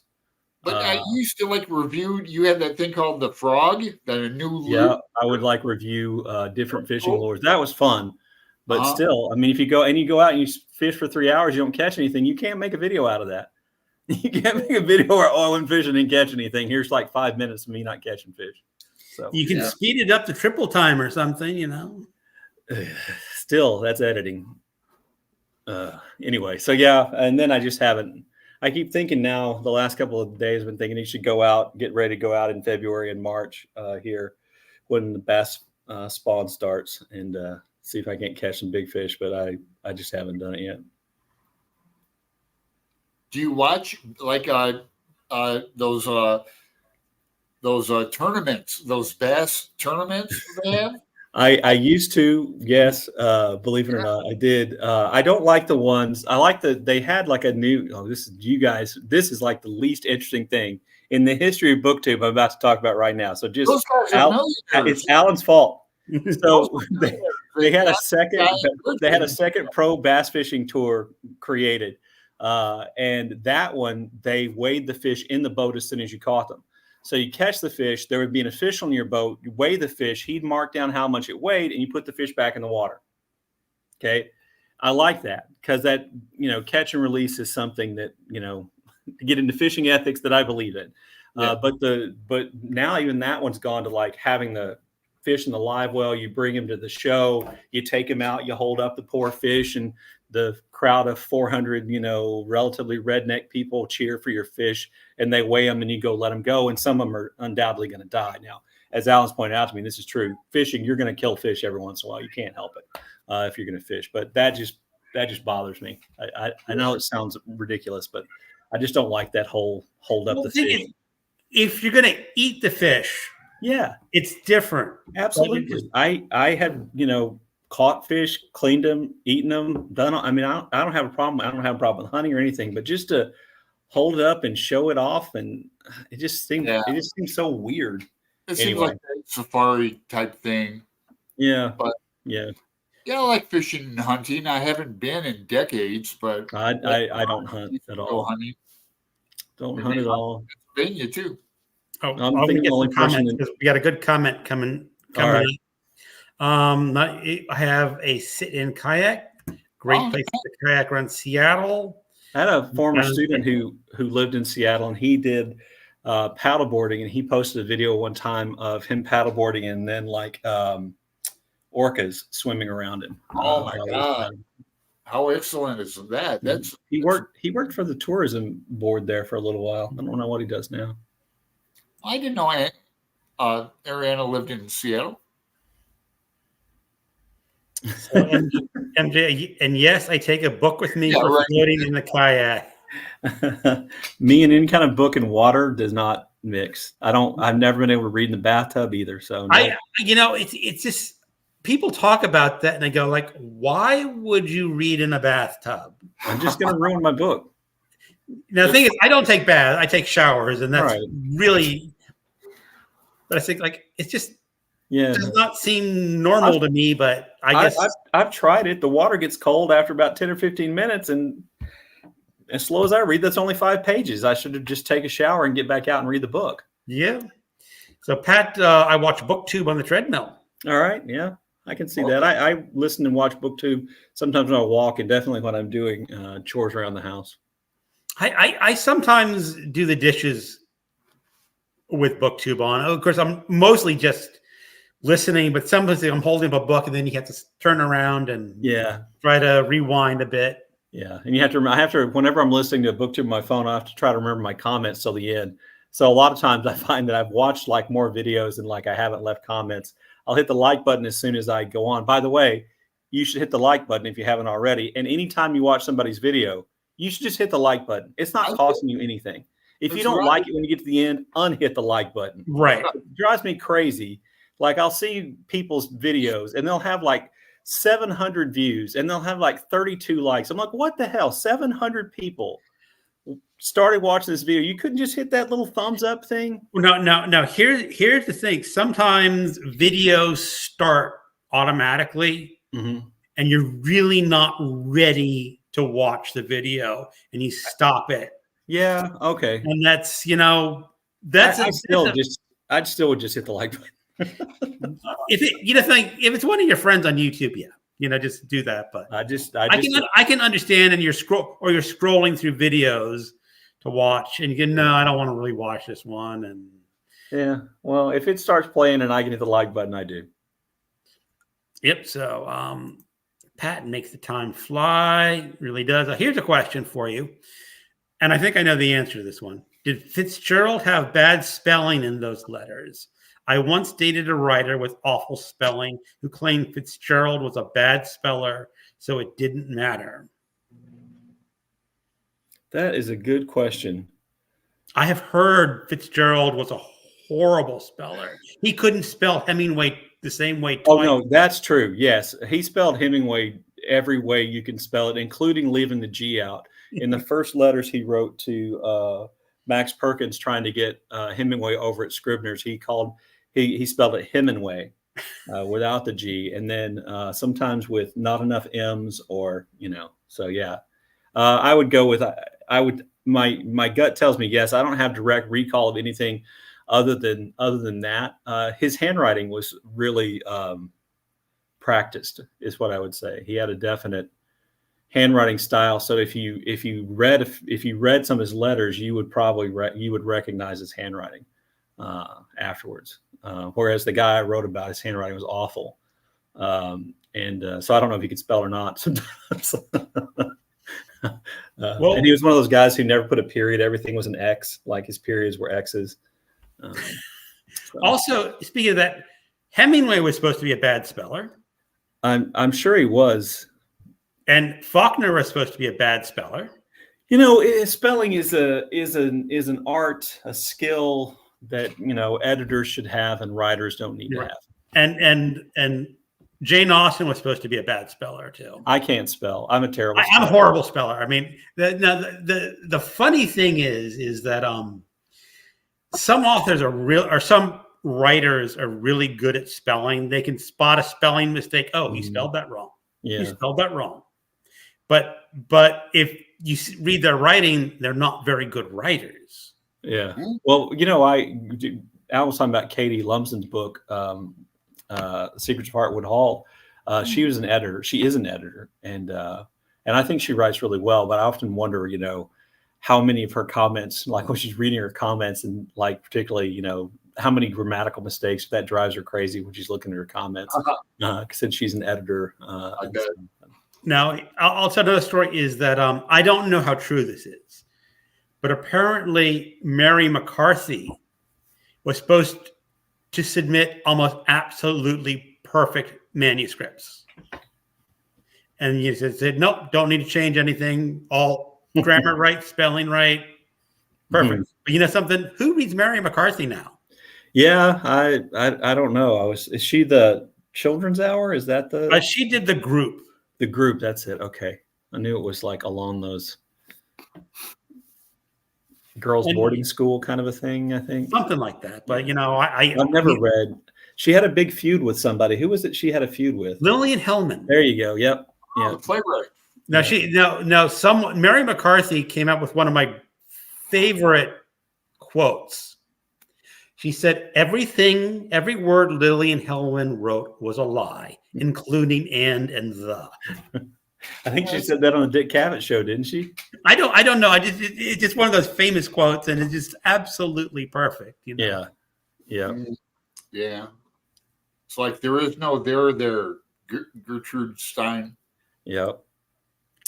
Ariane, I have a seal try to jump in me one time, scared me to death. Oh, she's probably talking about kayaking. Yeah, that would be scary. That would be scary. People always think, lots of wild animals look cute, but when it's like you and the animal, you realize it still may look cute, but you don't have any control over what that thing's going to do, and it's probably a lot bigger than you thought it was going to be. Yep. There's a family photo of me. My dad I was taking a photo of a buffalo at Yellowstone, and my dad took a photo of me doing it. Yeah. Yeah, I stayed away from buffalo from being like in the same place with buffalo when we were in Colorado, but we stayed in a cabin up at Estes Park, and we woke up one morning and there were mule deer like all around our cabin. Wow. And so we went outside, we had little kids, and I thought deer. And they were fine, of course. Deer don't attack you, but then I realized my kids were small and those deer were big, and you're like, this is not, it's just not. What about those people just underestimate wildlife a lot? Deer attacking hunters. I've seen that. Yeah. Deer attacking hunters. Yeah. Oh yeah. Yeah. They'll get on their back legs and hit you with their hooves. Okay. Yeah. Yeah. So here's MJ. Preach, Brian. I'm not sure what you're supposed to be preaching about. I do a lot of preachifying, so it could have been any number of things. MJ, be more specific on what do you? Well, the thing is, we're a little behind on the comments, so here we're not too far. Almighty Om, I agree. Fitz was likely dyslexic. Why would you want the reputation of being a bad speller? I don't think you want the reputation. It's just that you're either a good speller or you're a bad speller. Now, and Gareth is a speller. Aren't those the people who explore caves? That's a spelunker. Yeah. Let's go spelunking. No thanks. I'm a nerd. I don't want to be in a cave. I've been in a cave once or twice. It's really not all that exciting. And it's like any place that would be exciting. You got to go through a really narrow place, and I'm pretty big, so I don't want to get stuck. I like the stalactites more than the stalagmites. Did you guys read that book? Was it Underworld? About the guy who went in all these caves and underground places, and he was talking about a cave that I did read that one. Yeah, he went exploring and like somebody like got stuck and died. Yeah, in the cave entrance, and then he was talking about he went to Paris in the underground, the catacombs. Yes, and he had to crawl through a spot, and he was describing that as like, hell no, I just would have turned around. I just don't get it. I mean, no. Now then, what's worse is cave diving. You don't have to think of ways to die. That's all I'm saying. Nothing I do that's fun has death as a possibility. I hear you. Like I'm not going to be going zip lining even. Oh my goodness! And bungee jumping, a bunch of people who charge you $250, and you're trusting that they've got the length of the bungee cord right. I'm sorry, it's just like two guys who were like smoking a doobie like 5 seconds ago, and they're hooking you up to this thing. No, well, you're okay if you do it over water. No, it depends on how high you are. That water gets awfully hard, awfully fast. You're up high enough. No, the reason you do that is because they get you close, you sometimes like your feet splash in, so you get that but still. And then mountain climbing. Have you ever, Brian? Did you ever read Into Thin Air? Yes, I did that. That killed any sort of aspiration of trying to climb a mountain whatsoever. It's just like no. I like hiking in mountains as long as it's like there's a path. And day hiking. I don't have to use my hands ever. Like it's just all my feet. Okay. On a mountain, those guys like sleep on it. Yeah, that's dumb. I'm sorry. You drove a piece of metal into a crack. It's that big, and you're hanging from it. Like no. I know. I watched there was a really cool video about a guy who was like a free climber who died, but he was like the great considered the greatest like free climber. He would climb these huge mountains, no ropes, no nothing. I saw a movie about 5 years ago on that. Yeah, I can't Did he remember what his die? name was. Yeah. No, he didn't die. The one you're thinking of, He did, did the Mount Capitan. El Capitan. Yeah, climbed that El guy Capitan. died. He died? Yeah, not that. Yeah, Oh, damn. the movie I'm talking about they made after the guy died, and the only Oh people no, who this knew must be a was different movie because Oh, because they were actually filming him on the free climb. Yeah, There was a whole big ethical thing. What if he dies when we're filming? Yeah. Well, they had video footage of this guy climbing, but he was already dead because his girlfriend was in the movie talking about him in the past tense. Oh no, this is different. He survived this one. Okay. This guy's name was like John Andre something or other. He had like 3 names. It was Canadian, I think. Yeah, I don't have any interest in that either. Yeah. Or skydiving. No thanks. I'll pass. Nope. The scariest thing I do is go out on an expensive roller coaster ride called an airplane. The good thing is it'd be very hard to die reading a book from That's the true. book. Yeah. Yeah. And if I kind of hope that's the way I go out, to be honest with you. So. Yeah, I want to go out reading a book in a kayak like MJ. The scariest thing I do is drive in Houston. Waterfall, going over a waterfall, so I don't even see Here's the thing: she could be reading her book in her kayak and not notice the waterfall going. Yeah, that's how I want to go. Right over Niagara Falls, where Al lives. No, I don't want to be in the water in the river that leads to Niagara Falls. No, No, it's scary. I don't want to be. No, I just no. That's no thanks. Well, Brian, have you ever been in Niagara Falls? No, I have not. It's amazing. I mean, I was just early. I guess it was last year. It's just an amazing amount of water. Yeah, pouring down every second, and it's just like wow. Well, Terry and I were at the Rheinfall in Germany, Switzerland, and it's not nothing compared to Niagara Falls, but it was just a lot of water. Where if I fall over the edge of this, I'm going to the bottom, and the river's just going to pound me until I'm dead. So, yeah, no thanks. And you caught in the rollover. Yeah. I went tubing once when I was a kid in New Braunfels, where you get in an inner tube, you ride down the river. There are 2 rivers in New Braunfels, and we were supposed to be on the tamer one because my mom and my dad and me, and I was like, I don't know, 14 years old, and we went over this little waterfall, and my mom like fell off her tube going over this little, and the waterfall was like this, maybe fell off her tube, but she got caught in the pull under, and she kept going under, and then it pushed her over to the side where the whirlpool was, and she almost drowned, in like 6 feet of water. Because she couldn't stand up, she couldn't get it, and nobody could get to her. And finally, she like slipped, and when she slipped, she like it spit her out. Oh, I see. So yeah, You still tubing all the time down the Salt River in Arizona, and the tip is you got to wear your tennis shoes. yeah, or you cut your feet up. Barefoot. Yeah, On those racks if you tip over and yeah, that's absolutely. fun. See, I would do that. Tubing's okay. Yeah. I'd do that. Yeah, inner tubing's fine. I did that in Washington State once. It was fine. Yeah. So William Blake was a printer and a terrible speller. Now, see, that seems like a problem. Yeah, you're supposed to be the one making sure that everything's spelled correct. But didn't he live in the age where you could spell words more than one way? I know he spelled tiger with a Y. Well, there's an old quote, from before Samuel Johnson, That bastard. who was complaining that it's a poor intellect that can only think of one way to spell a word. Oh, that's a good one. Yeah, I think that Y in the tiger might be a British thing, though. Yeah, I think so. Angelia, she said, claiming the spelling was irrelevant to the quality. Then he asked me to proofread his thesis. Oh. Well, if he didn't proofread it correctly, he would never know.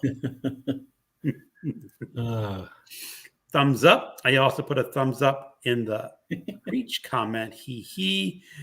Pumpkin time for me. Good night, fellas. Great live tonight. Good night, MJ.